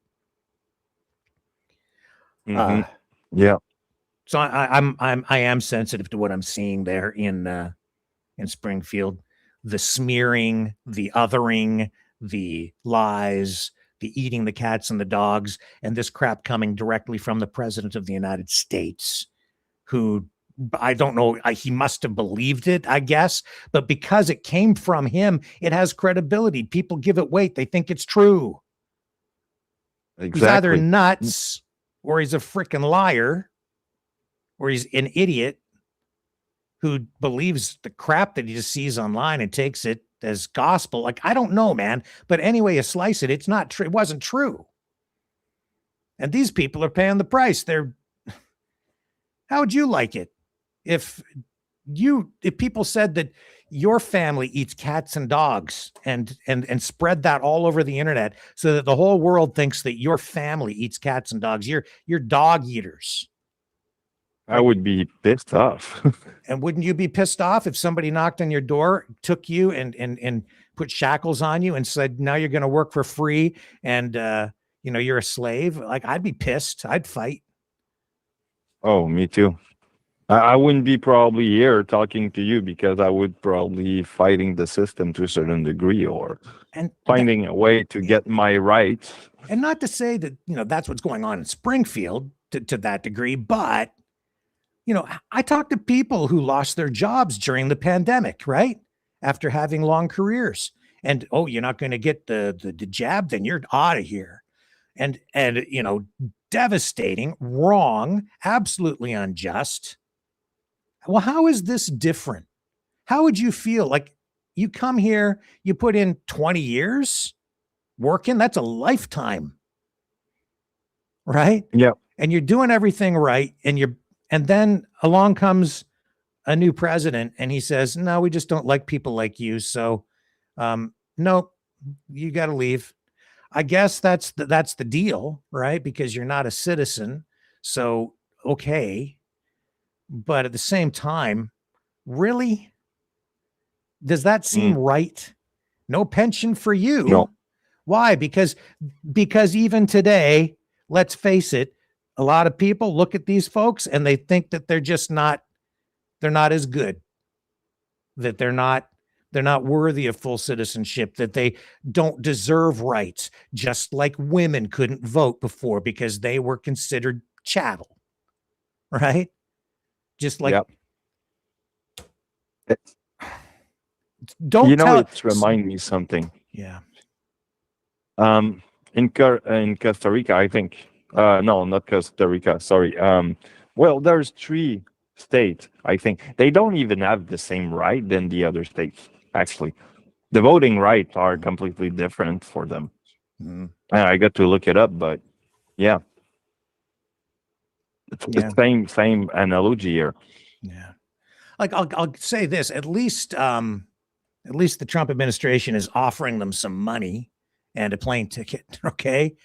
But if you have kids and they are US citizens, now you've got a really tough choice. Do you leave your kids behind? Who do you leave them with? Do I take this money, get on the plane and leave my kids here? Or do I take them with me? And if I do take them with me, it's true. A lot of the areas of Haiti right now are controlled by gangs, and there is real serious violence down there. A lot of children exploited, abused in ways that, it just doesn't happen here in the same way. It's brutal. It's brutal down there. Mitch Albom from WJR Radio, Detroit. He's been going, I just thought of it. He's been going to Haiti and doing some humanitarian work down there. I'd forgotten about that. He's been doing that for a few years, bringing kids back to rescue them. So that's been going on for a while. But while he's doing that, Trump's trying to get rid of every last one of them. I struggle with this, man. I understand the immigration issues. I understand the pressures. I understand how some people try to get in, on a ruse, or they, some people do abuse the system, and they try to just live off welfare or whatever. But that's not the case here. These are not people living in hotels and collecting welfare checks. Largely, this is. No, they're trying to have a life and, contribute to the society as we all do. And they have, helped rebuild that community. So they came also for the American dream. I think that's what it is. Well, for sure. And largely it looks like they've been living up to it. And I think that those are the kind of people that I would want in my community.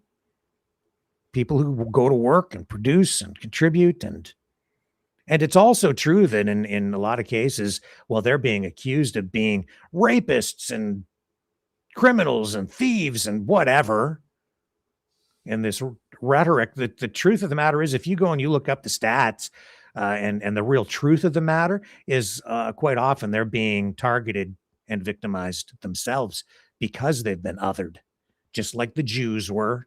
And so in that community, especially with all this amplified rhetoric that we're seeing online, they're being targeted. And they've been victims of abuse and violence and theft, assaults. That's all true too. Racist profiling in police force has always been, I would say, a cultural thing in the U.S. I don't think it's the police doing it, though, Ian. I think, from what I'm seeing, it's like criminals going after them. It's other people going after them, robbing them, assaulting them on the streets. It's things like that. And a lot of it is being fueled by what's going on online. Get out of here, you dirty whatever. And, in beating people up. Just, and I've seen it too through the years, not so much today, but, I remember back in the day, especially in the past, when gay people were just beaten up.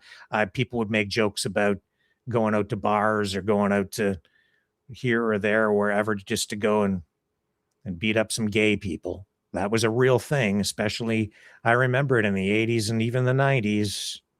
Yeah. And the 70s. And it's diminished since then, but oh my God. It's true. It's true. Yeah, systematic problem like that aren't just one race or one culture. Every culture has their bad apples. So, and Anyway, by the so way, just to make a little squirt on my mistake of earlier, Hawaii, Vermont, Texas, and California are those who have, well, you can look it up, but there's some stuff that they're not all the same laws or the same rights upon those states in America. So you I know you wanted to come on and discuss this tonight because you've been digging into some various things related to this. So I'm not exactly sure where you've been going with it all, but what did you want to highlight with regard to what you've been looking into? Well, I was looking into actually the systematic problem or racism in America in general as a social standpoint, and the way that it was used during 200 years, basically, even to 250 years. And it's quite alarming to see how this has evolved during ages, if I can put it this way, because well, we can go back to even the first and second resurgence of the KKK or the Ku Klux Klan that was pretty harsh, I would say. It was it was violent back then. So yeah, cross burnings and lynchings. Yeah, that's how brutal it was. And scapegoating a lot. Yeah. Definitely. And how did it work? I mean, the fact that people were mimicking themselves, if I can put it this way, which will tie, mimicking as some things that, for example, if you deeply are a racist, okay, and people around you tells you that, oh, I'm racist, I like to do bad things to other culture and so on. Normally in a social place, you wouldn't say that toward, in a social kind of place. Although if you are online and you got anonymous, that's easy for you to put out there, like there's no accountability because nobody knows you. And what was happening during the KKK, well, everyone had a blanket on their head, right?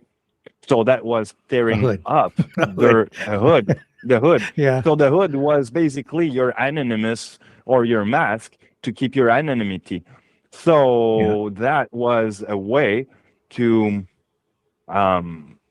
give yourself a permission to do bad things, right? Isn't it interesting that the ICE agents today wear masks? Isn't it interesting? Yeah. The irony. Why did I made a analogy earlier about KKK and ICE? Basically, that's it.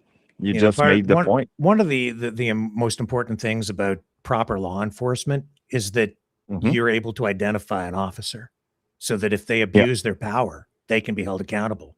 But if you have a bunch of police officers or whatever they are, Praetorian Guard, whatever, running around with masks on, how do you even know if it's actually a police officer? Like, you don't know. If you're a police officer and you do wrong, or I think that you're going overboard with your power, I can ask you, what's your matricule, what's your number, and I want to know your name so I can report. Yeah, it's just okay. Some people are okay with this. I'm not. I don't want any part of it, because I think when the history is written into the history books and we look back on this time, it will be seen as a very dark time indeed. Yes. And I fear for humanity that they won't come back from that. Although I'm probably fearful for no good reason, because there's always some bounce back. Because humanity always revert to, no, this part was so dark that I don't want to go back to that. What happened during World War II, right? People were disappointed of themselves for those who did bad things and lived the tale to say so. And for the others, well, they were afraid of doing the same thing. So for probably 80 years, things were Well, say relatively peaceful, but yeah. So let's take a Those short are the break. I know cycle. you've been digging into some other stuff that you want to talk about, sort of related to this, that I think will segue into the next portion of the program. So we'll take a short break, come back on the other side, and I'm sure that people are hating my guts right now. Some, so I'll bring you one of my number one fans from the Rick Walker Haters Club. Here we go. Love bomb.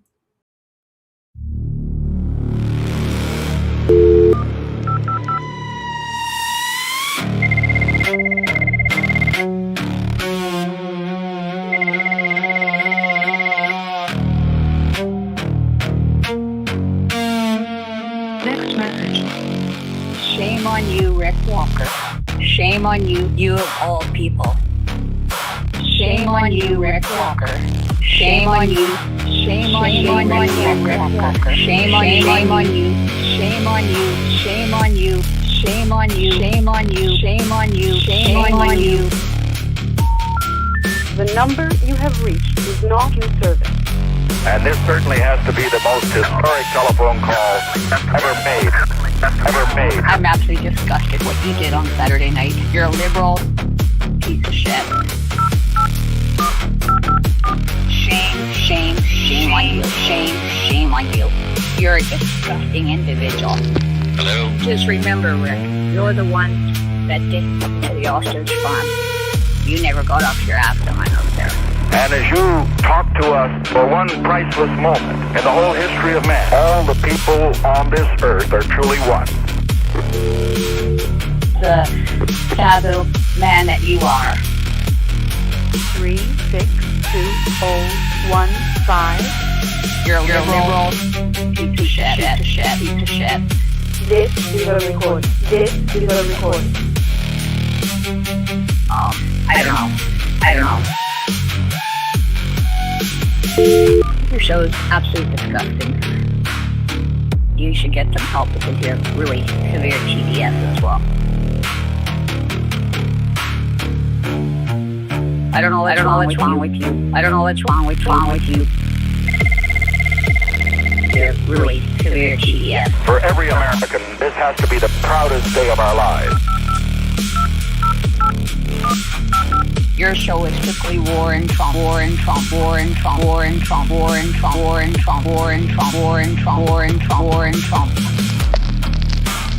Happening through, waiting.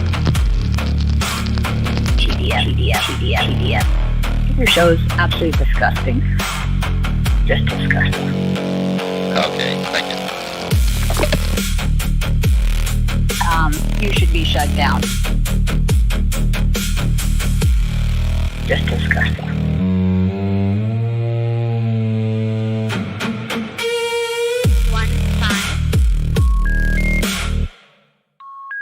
The number you have reached is not in service.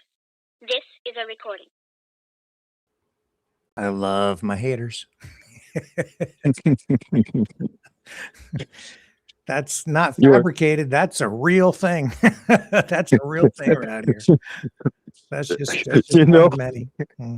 I don't want to say a bad thing, but there's some sadism into loving to hear people hating us, but in a good way. It's just, yeah, there it is. Anyway, so okay, so you've been digging into some stuff, and you kind of I have to say, the thing you sent me today, just before we came on air, it ties into another discussion that I actually initiated through email with one of my favorite people. and it deals with well, you want to talk about this, what was it? How can I frame this?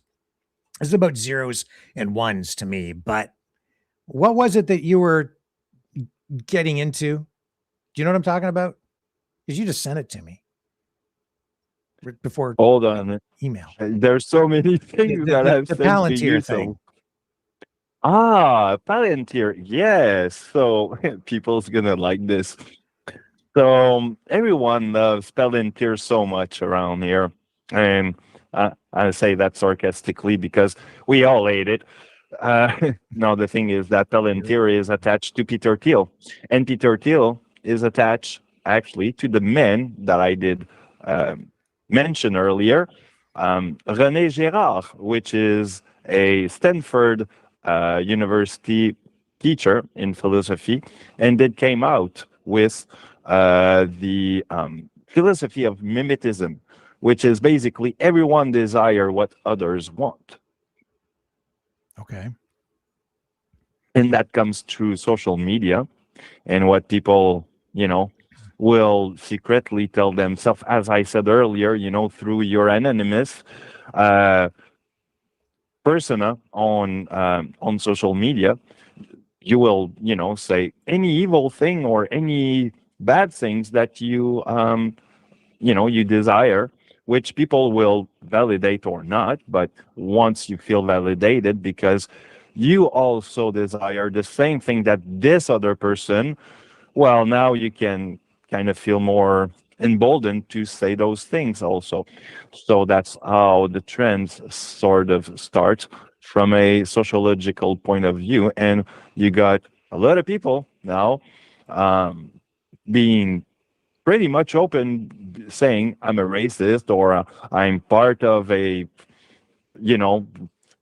group of people that loves to hate others, and so on. So we have basically all that in social media, live chats in particulars, and so on. So social media is a very bad place to be nowadays.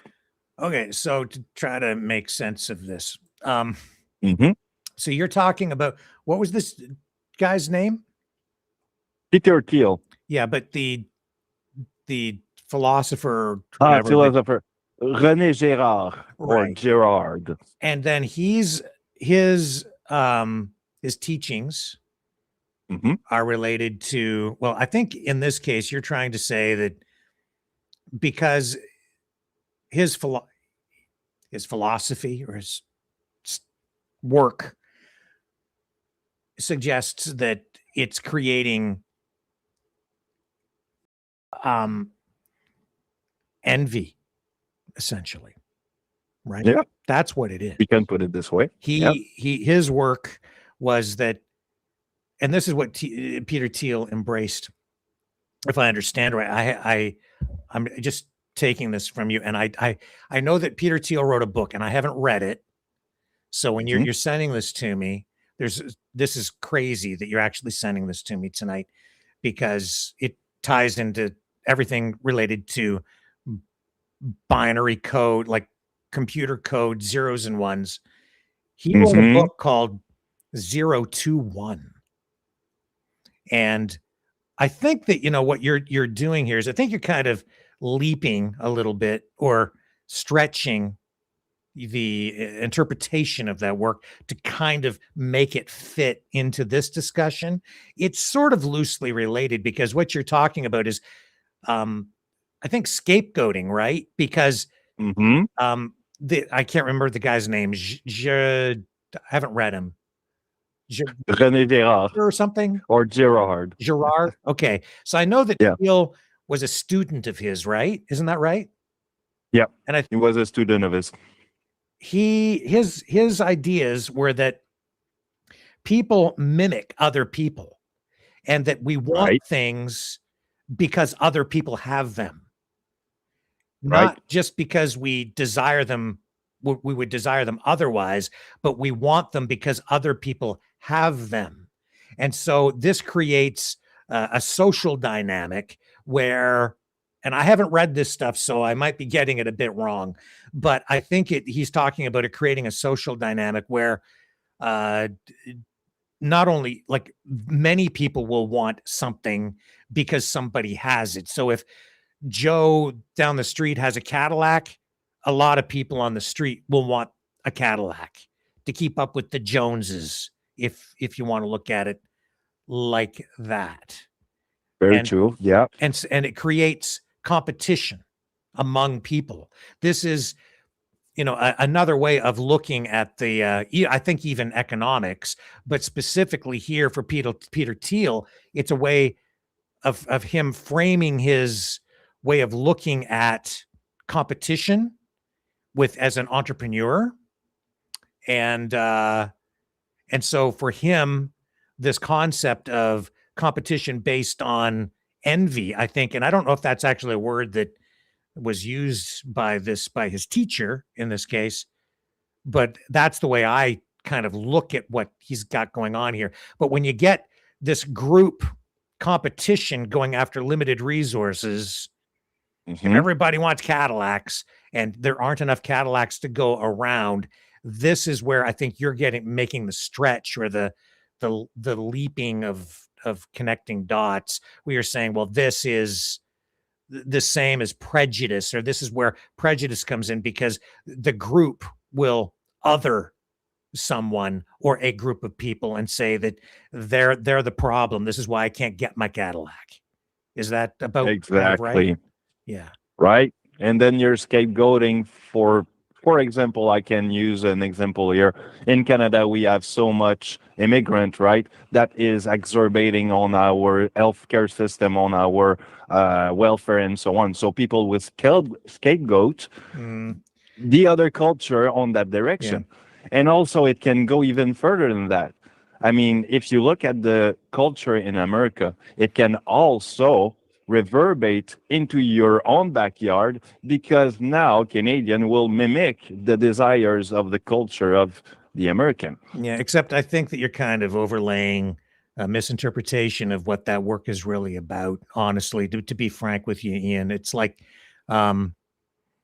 because what really I think that work illustrates for someone like Peter Thiel and others who are the followers of his, and I keep forgetting his name. What's the guy's name? I can't pronounce it. I keep calling him a Gibraltar, but it's Girard, right? Oh, yeah, Girard. Yeah. Girard, Girard. Yeah, so I know Girard. A little bit about it because I've heard discussions on this, and I know J.D. Vance also, because of Peter Thiel, has been introduced to this way of thinking, but it's not really something that I would say is directly related to, say, prejudice or racism. It's more about, in my view, and I haven't read it, but it seems like it's more envy based. And because and what Peter Thiel takes from this as an entrepreneur and an oligarch tech dude is that there's also, it's called mimicking, right? Or what's the phrase? Mimetism. No, I don't think that's the right word. Yeah, it's mimic. It's mimetic. Yeah, can you spell it for me? Yeah, it's M-I-M-E-T-I-C. Mimetic theory. Mimetic, right? Yeah, which reminds me of like a mimeograph. It's like it's about reproducing something, right? Except that the reason I think he called his book 0 to 1 is because see, this is what ties into my correspondence with one of my favorite people in the whole world. We've been talking about a lot of, what's finite, what's infinite, what's the meaning of life, and it really comes down to zeros and ones. And I sent a note the other night to my friend, and I said, why is computer code written in zeros and ones? Well, if you look at what Peter Thiel, the way he looks at things, ironically, because you're sending me this afternoon, and it's like Peter Thiel has this book 0 to 1. The reason is, for him, he's of the mind, and I think rightly so, that there are two kinds of creation for an entrepreneur. There's creating something from nothing, a brand new invention. Okay. And then there's copying ideas and or improving upon them. And so 0 to 1 is like an expression of starting with absolutely nothing, like nothing, and you just come up with the idea or the product or service or whatever it is, and you create it from like literally nothing. There was nothing like it ever before, and you created the very first like automobile. or you are the first to create artificial intelligence. So that goes from 0, where you've got nothing, and now you have one original, the first one, an actual thing, from concept, just an idea, which was not an idea until it came up in your brain, and then you've taken that and created it. 0, nothing, the conception to 1, of the idea, something, right? Yeah, the conception of the idea, like the birth of a person. Right. It comes from almost nothing, but then no, that's not quite it. No, that's not a 0 to 1. But anyway, that's more of a 1 to an N, because a 1 to N is, and the N could be an expression of any number, but it's just representative of an improvement, or a copy of, a mimeograph, a photocopy, or a new expression of. So you've got a Cadillac, and then somebody creates a Lincoln, and then somebody creates an AMC Pacer or a Ford Pinto, right? So now you get all these other creations, but they're kind of new versions or even straight up copies of the first one. And so that's not 0 to 1, because you're starting with something already. You've got 1, and then you are creating something based on that. So Teal is saying, as an entrepreneur, what you need to do if you really want to get on the ground floor and really build something of huge value is you have to be the first. You have to be original. You got to be the OG of whatever it is. Okay. So that's what the concept is. Are you getting me? I'm getting you. Okay. So here's where it comes around to a much larger thought. Okay. Much bigger thought. Everything is 0s and 1s. Everything. Why is computer code written in 0s and 1s? Because everything is based on either nothing or something. And because the whole universe at all times is in balance, yin and yang, black and white, hot and cold, male and female. It's, if there's one thing, you have to have the other. One can't exist unless you have the other. You can't have good unless you have evil. Why? Because you would not even know what good is unless you know what evil is. One is necessary in order to have the other. There can't be nothing because there is everything. You can't have everything unless there's nothing. You can't even appreciate. This is also an economic concept. You can't appreciate or value. You can't have value of anything. You can't value a thing unless you have scarcity. That's why you wouldn't value freedom unless you had slavery. You wouldn't value life unless you had death. You see, if you had everlasting life, if you were immortal, if these transhumanists are successful in making human life continue forever, if they get to live forever, their life won't be worth spit. It won't be worth a thing. Because what's a day worth if you have an infinite supply of them? This is why the universe is in balance. This is why in the beginning there was nothing. And then God said, let there be light. Because from the darkness, there has to be light. But you can't have light unless there's darkness. Are you starting to understand? So why is computer code written in 0s and 1s? And this is why I know that we are real, Ian. It's because all computer code is it's a way for humans to sort of try to express something that we know to be true and observable. It's our way of mimicking what is around us. It's a way of sort of taking a photograph to record it and say, look at this. But the photograph is not what it is an image of. The photograph is just a photograph. It's a piece of paper with an emulsion, chemical reaction. It reacts to the light and it creates an image that is a representation of what it was. So people have this need, because we do have agency, because we do have free will, and because we are intelligent and we are conscious as individuals, we want to express to other people what we see and experience. And so we say, you know, you can think of it like this.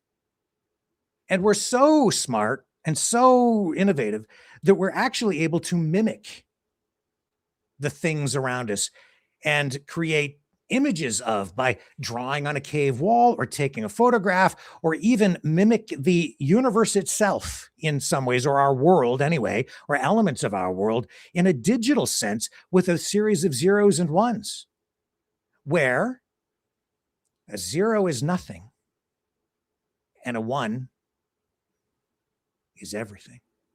The first ones, 0 and 1. The beauty of all of this is that while everything is zeros and ones, and it seems very simple and too simple to actually be anything, the reality is, as soon as you have a 0 and a 1, you have infinity. Why is that? Because everything is zeros and ones. Everything arranged as zeros and ones in a digital concept within, which is just a concept. It's not real. It's in a matrix, a computer hard drive. That's the simulation. It's human beings expressing themselves, saying, you can think of the universe kind of like this, as a bunch of zeros and ones. They're not recreating the universe. It's a representation of the universe within first a Commodore 64 and an asteroids video game, right? And and until today, you get up to, Sega, and then, and now your cell phones and 5G and the internet and AI. When it comes right down to it, it's all still just, it really literally is just zeros and ones, binary code. But it's a combination of all of those things in between, an infinite number of combinations of zeros and ones that make up whatever it is that we create within that simulation. But it's human beings doing that. It is 0. It could be 0.000000111, and then it just starts to extrapolate beyond there into an infinite combination of zeros and ones. It's not just 0 and 1. It's any combination at any time, whatever we create. But if you arrange them in just the right way, now you can write very complex computer code to create video games and videos and memes and language, graphic language.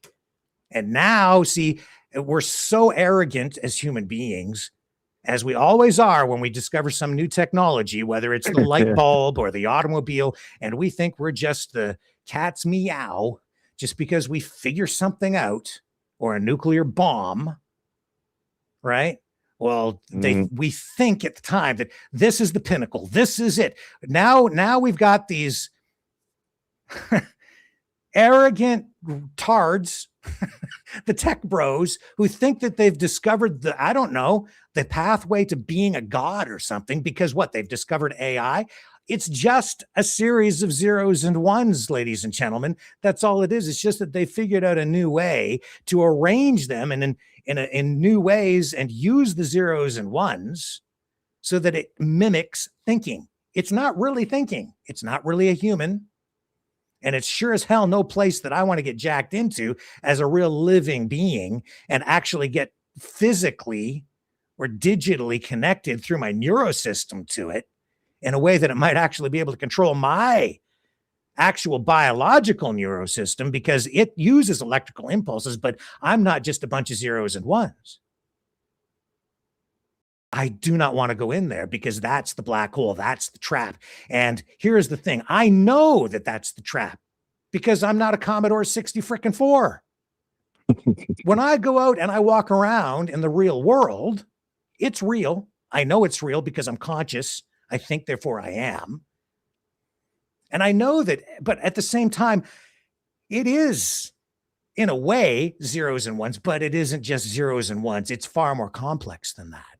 All the matrix is a human representation, expression of that. It's a way for people to say, hey, this is, you can think of the world or the universe as a simulation, as a thing.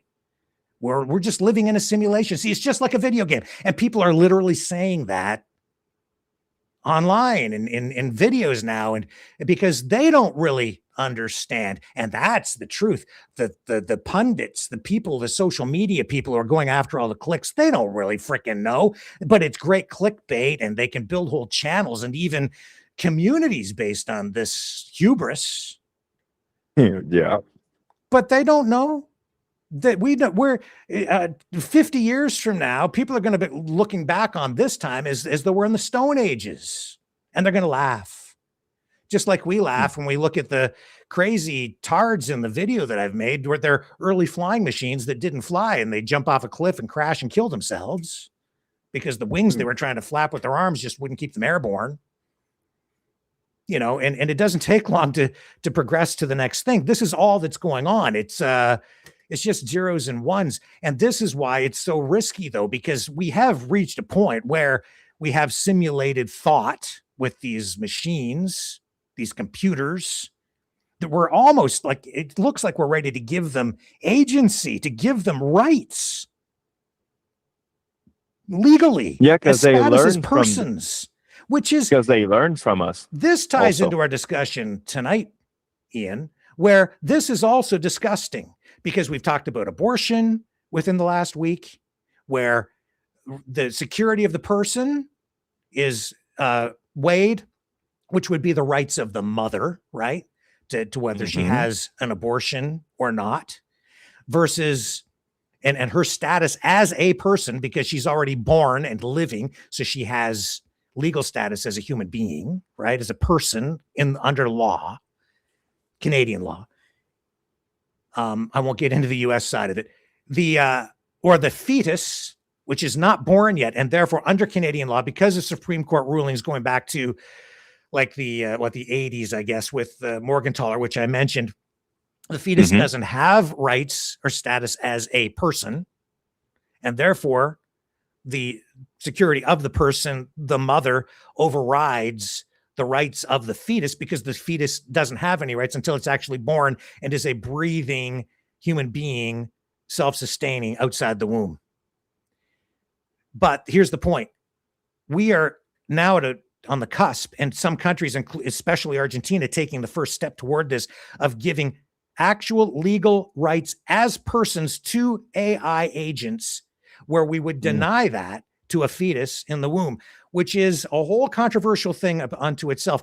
And when I'm looking at what's going on in Springfield, Ohio, we're ready to give rights to AI agents, which aren't even real. They're not organic. They're not really living. They're just zeros and ones. But we seem to be ready to give agency and actual legal rights to those AI agents before we would even give any level of agency to some people who have contributed to their communities and have been paying taxes, and we're gonna deport them, just because, well, you know why, right? Not because they broke the law, not because they didn't pay taxes, not because they're freeloaders, and because they don't work and they're lazy. Like, what did they do wrong after 10 or, like, you see what I'm saying? But the AI agent comes along and suddenly it has value. And you know why? Because the people use it, because actually the AI agent is technically sort of smarter than your average human being. So it has extreme value to the human that owns it and controls it, which is already sort of enslaving it. But we're already willing to give the AI agent legal status because of its intelligence, which is fake. But the which human brings being, back no. to slavery, which back then, slave were just, idiots or whatever, they were just right. less than us, Right. less than human. Yes. And you want to keep them dumb. You don't want to educate them if you've got a slave. You don't want them to Mhm. know too much, right? You don't want them to aspire to very much. You want them to believe that they're less than human, that they don't have rights, that they're of a substandard, right? Of course, that's Mhm. what's gone on. Going in the back to past. the fetus still like a non-person yet. Yes, they treat it like a non-person. So still treated like, kind of, non-person. And yet so we know less than one person. And this is the controversial part about the abortions, right? Is when you get to like late stage abortions, 20 weeks plus whatever, sometimes those fetuses could survive outside the womb, even if they had an induced birth that didn't kill the fetus. But in order to remain in compliance with the law, we know what's really going on. And it's that those fetuses are being terminated inside the womb when they could have been a viable human being, a person outside the womb, but they're terminated inside the womb to remain on the right side of the law. And then the birth is induced so that you get a stillbirth. And that's why when Michael, I think, was it Michael or Joseph? I think Michael brought it up the other night that the designation on the medical documents is that it was a stillbirth, and that's being used for political purposes. And I pointed out that that's true. It does get recorded on there, but it also says it was an induced stillbirth, which tells you exactly what it was. It was an abortion. So it's not that the government tries to hide it. It's a legal thing that people are maybe not really aware of, and they will horrify a lot of people. And I totally understand. Wow, is that controversial or what?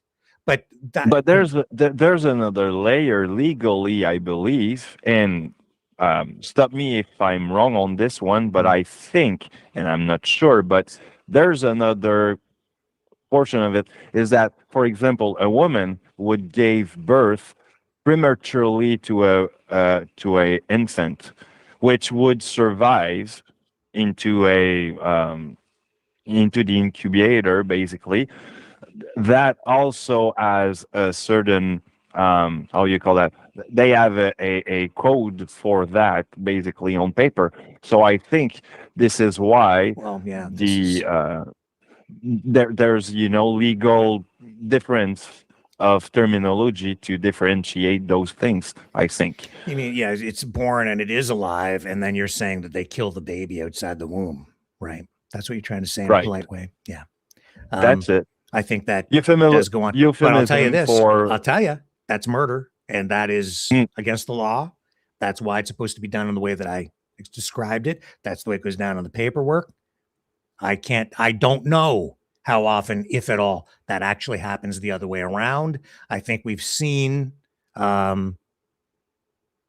testimony from nurses who have indicated that there have been occasions where that has happened. And if that happens, that's murder, in my view, because it's a viable human being at that point. You do not do that. I don't even want to talk about the other stuff because, wow. Anyway, zeros and ones, back to that. So you see how everything is kind of zeros and ones. Well, here's how it's zeros and ones in the real world. It isn't really just zeros and ones, but when I go out and I touch a tree, that tree is me, and I'm the tree. And Ian, I'm you, and I'm one with everything, but I'm also just one. Because every molecule, every proton is individualized, and human beings have a way of a skill of kind of organizing things, but so too does nature. And so I could not create from nothing wood, but wood exists. I can touch a tree. There's lumber from trees. Trees grow. Where did trees come from? I didn't create trees. I didn't create soil. If there was nothing, no hydrogen, no nothing, I couldn't just create water. No oxygen, no hydrogen. I couldn't create it. I can make it if I have hydrogen and oxygen, but I have to have something to start with. So things exist. There is reality around me, but these things are arranged. When I die, my body goes back into the earth. It decomposes. It becomes part of the earth again. It nourishes the plants, and the plants nourish the animals. It becomes part of the whole system. It becomes one with everything again, but not just one. It becomes part of the one. I'm part of the one now, but I'm also the one. You see, Right. It's all a bunch of zeros and ones. Every molecule, every proton is a 0 or a 1. It's how it's arranged to create. And when I say a 0 or a 1, that's just me as a human, a stupid human being trying to figure out some way to express this idea, just to make sense of all of this complexity around me, the real matrix, the natural matrix around me, and say, look, it's just a bunch of zeros and ones. It's a simulation. Well, it's not a simulation. It's reality. I'm just overlaying my stupid, arrogant human mind onto this thing to try and explain it to people. Well, how could this tree be a thing? It's because I'm conscious and I see it. And so that's the only reason it's real, is because my mind makes it real. No, it's a real thing. It's there. I don't fully understand it because because some things are not knowable. Why do I say that? Because you see, but all of these things, the reason I know it's real is because it's observable. And I, as a conscious living thing, as a one, I am me. I'm one of many ones. But you're seeing a pattern. Right. I'm one. There are many, many other ones. Everybody's a one. I'm an individual. You judge me as an individual. I'm just me, right? You're just you. But we are connected. We're all interconnected. The tree is connected to me too, but it's a different thing. It's a different arrangement, organization of the things that make up everything. It's wood because that is the way nature arranged it. I didn't create it. It's a thing though. It's real. When I talk about zeros and ones, it's like, well, you can kind of think of it as a simulation. When I touch it, it's real. And I know this. And the reason I know it's real is because all of these things are observable. The balance of the universe is observable, and we can see that everything begins with nothing, and then you also have everything. It begins and ends with nothing and everything. You have in the universe, and this is observable, black holes. That is and that swallows everything. That is like a massive gravity hole that grabs a hold of everything around it and swallows literally is in the process of swallowing up. These black holes are swallowing up the entire universe bit by bit, crushing it into what? Nothing. Blackness, darkness, taking everything and just digesting it and crushing it to nothing. But on the other side, what happened? Is there another Big Bang in another universe where everything starts back again from nothing? Of course there is. Because why? You can't have nothing unless you have something. And not just something, Ian, but everything. Everything. Every zero, every one, to infinity and beyond. Zeros and ones. Every molecule, every proton, every photon, every single thing that has ever existed is going to be swallowed up and crushed into nothing. But you can't have nothing because reality exists. So it blows up again. It explodes in a massive explosion into the ultimate explosion, the ultimate expression of everything. Because from nothing, you must have everything. And it's a constant process.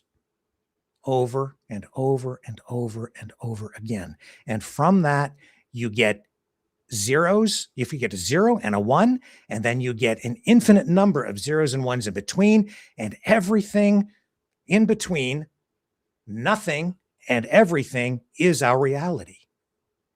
It's just the expression of those protons and molecules and all of the things that make up reality.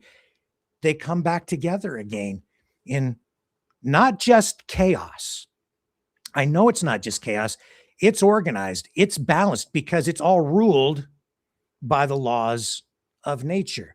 And the law of nature is that you must have balance, because you can't have nothing unless you have something. That's the law. Mm-hmm. That's the only law that really governs everything. You either have a 0, which is just our way of expressing the concept of nothing. It could be any number, but we express it as 0. But how can we express 0 when 0 is nothing? 0 is nothing. I mean, even a negative is something, but because you owe something to something, it's a vacuum at that point. But a 0, that's like nothing. And yet, how can we express that as nothing? Well, now suddenly we've created the concept of 0. Now it's something. My God, it turns into a big bang. Now we've got infinity. Zeros and 1, because we've got 0, we got to have a 1. You get darkness, you've got light. All comes down to frequencies. Frequencies are in there. No, it's not just about frequencies, and frequencies are just part of it. Frequencies are part of of everything in nature. That's another arrangement, various arrangements. And frequencies can be arranged into music, or just static, or distortions, or vibrating sound. Well, there's many there's many frequencies that agents life, if you will, because you got atomic frequency, you got light and darkness frequency. I mean, there's so many of it. So yeah, and here's the other thing. I'm not sitting here tonight telling you I've got it all figured out. I'm telling you that I'm a stupid human, and this is just the best I can do, the best way I can express all of this. If you want to talk about quantum physics, quantum theory, and as it relates to AI and Einstein's spooky action theory, right? And the photon splitting, you're familiar with that, right? This is what has confounded scientists, is the spooky action. They can't understand it. They can't explain it. And Einstein, confounded by it, said that, well, if you have a photon and it splits, and then you know that if over here, this photon, which is related to that photon, but if it turns up over here at a distance, and if you think of it as a coin, right? Yeah. The coin entanglement.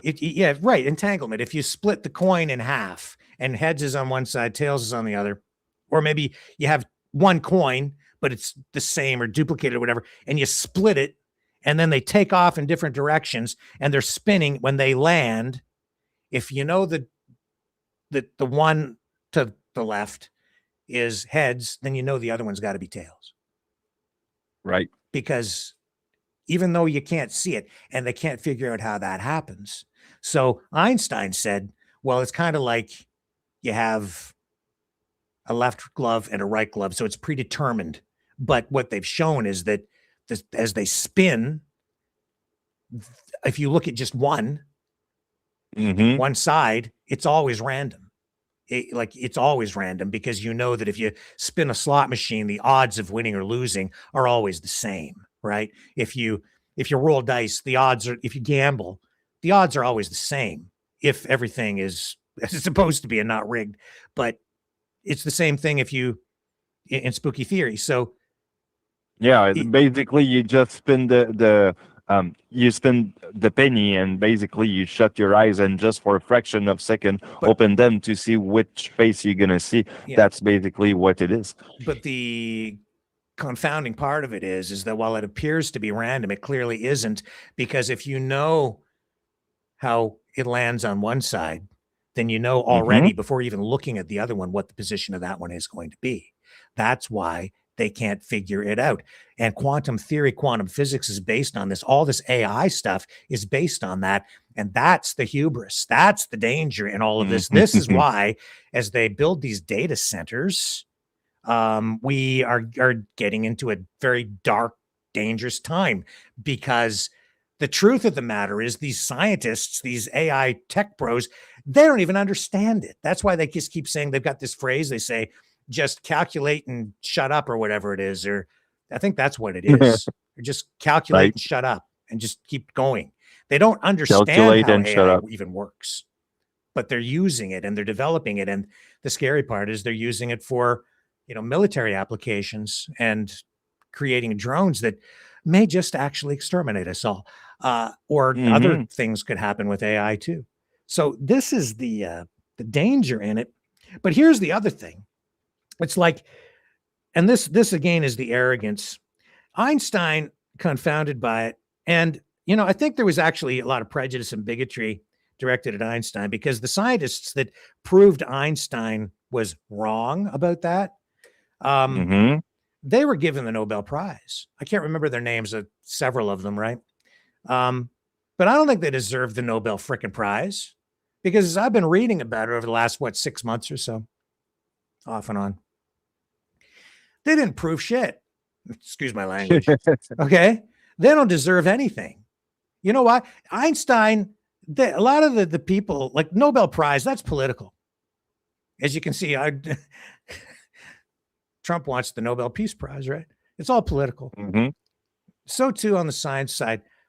A lot of the people on the committees, they wanted to deny Einstein any kind of recognition because he was Jewish. All right. That's the truth. The racism and prejudice, it's just so freaking rampant. Smartest guy probably ever, whatever. But the thing is, these guys who say they proved Einstein wrong, they didn't prove him wrong. They just proved he wasn't right. And they still don't know. And the reason they don't, this is why they don't deserve the Nobel Prize, because they still don't understand it. All they did was prove that, I'm sorry, but the Jewish guy, okay, he wasn't right. And so they gave them the prize. But the truth is they still don't really quite understand why it happens. How this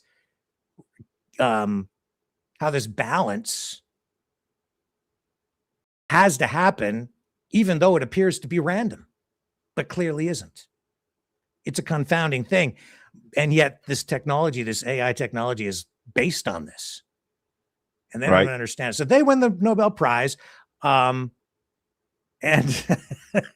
they didn't prove anything. They just proved that Einstein, and this is the thing, they didn't prove that Einstein was wrong.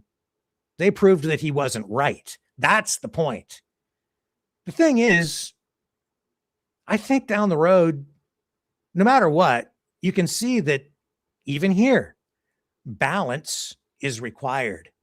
It's a law, a natural law, even within AI and quantum physics, even if they're sitting there tonight telling you, no, it's not true. No, we have to rethink everything.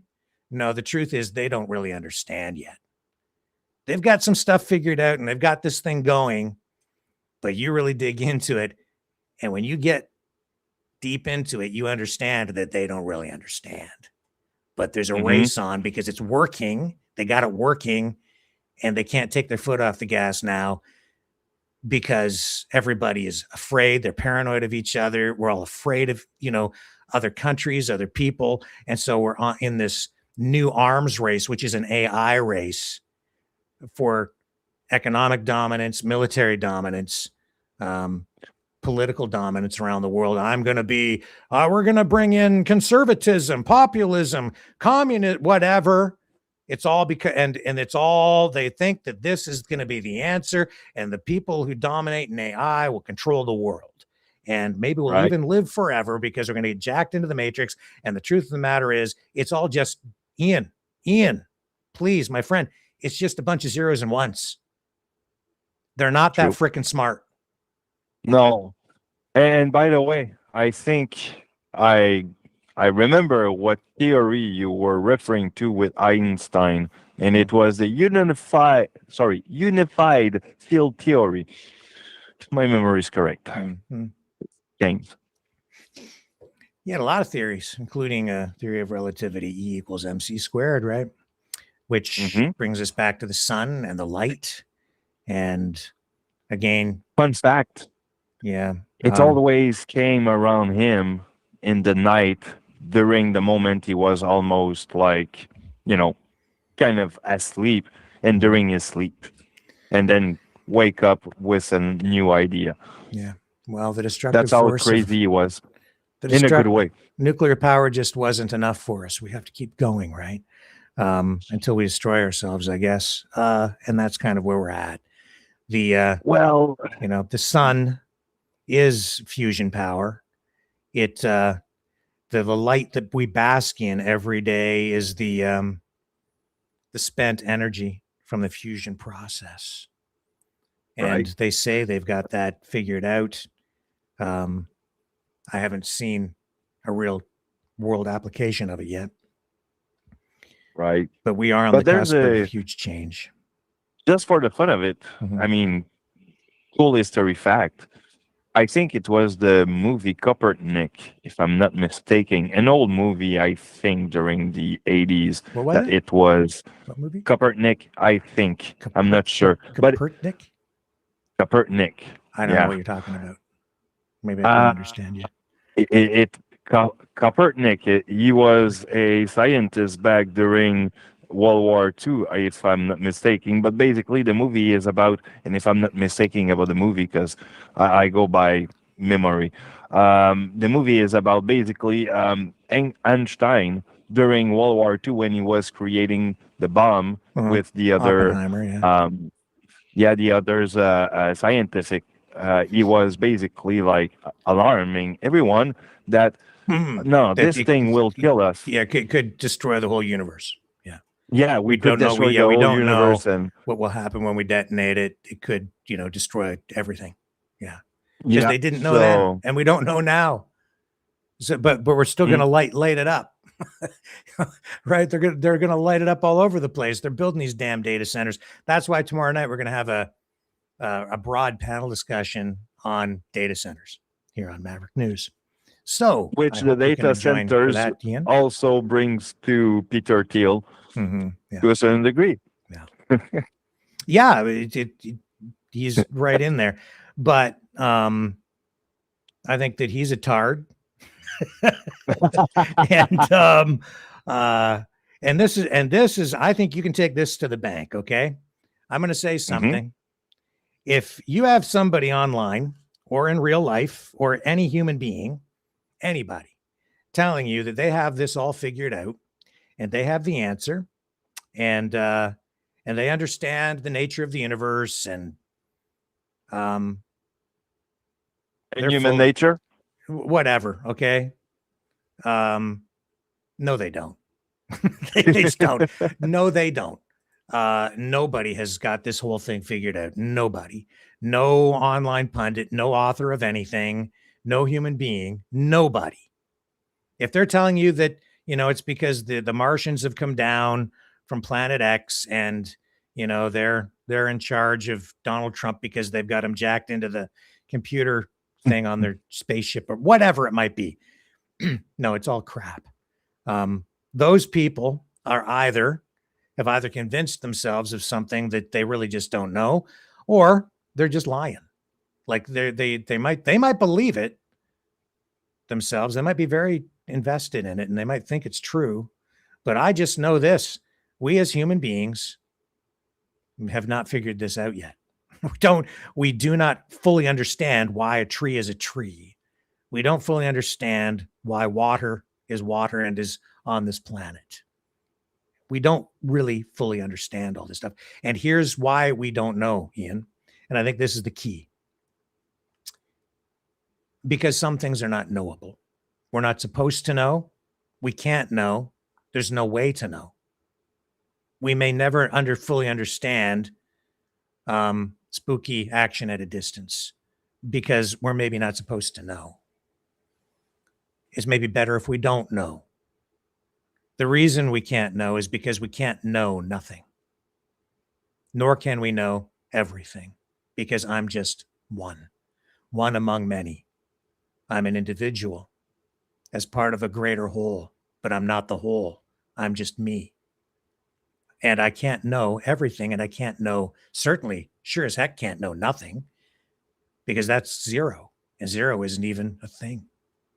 And yet I know that you can't have nothing unless you have everything. And that's the conundrum. That's the puzzle that can never, ever, ever be solved. It's not knowable. Mm-hmm. There's a quote in the Bible about that, actually. I'm trying to remember the one that I'm looking for, but basically it goes to the laws of God are unpenetrable. So basically, you cannot know everything that God created. Yeah, it's true. So if somebody's telling you otherwise, run the other way. I got it. They don't know. The quote here is, you don't know, you do not know the path of the wind, so you cannot understand God's works of God. That's Ecclesiastic 11:5. Yeah. Trust the AI who tells me everything. Well, with that, let's wrap it up for tonight. We'll be back tomorrow. We'll have this panel discussion on data centers. And I hope everybody can join us for that. And thank you, everybody, for watching tonight, hanging in there and listening to this. Not a single person brave enough to call in. And I dared everyone to I'm call. not surprised either. Nobody calls in. That's fine. Is that because of my French accent? I'm trying as much as I can. Don't know, but that's okay. That's kind of par for the course these days. I shall be back 7 p.m. Eastern tomorrow night on the flip side.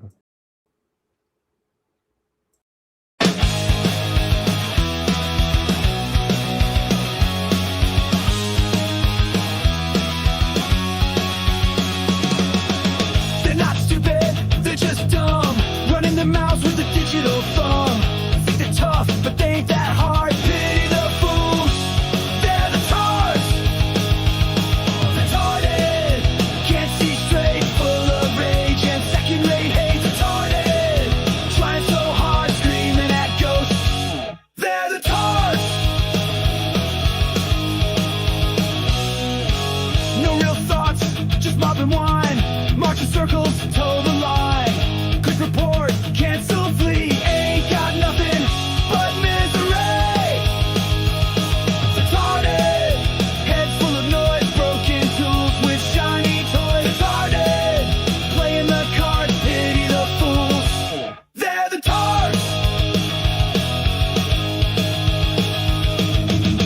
Hey, hey, shut it down. No more truth in tar tales.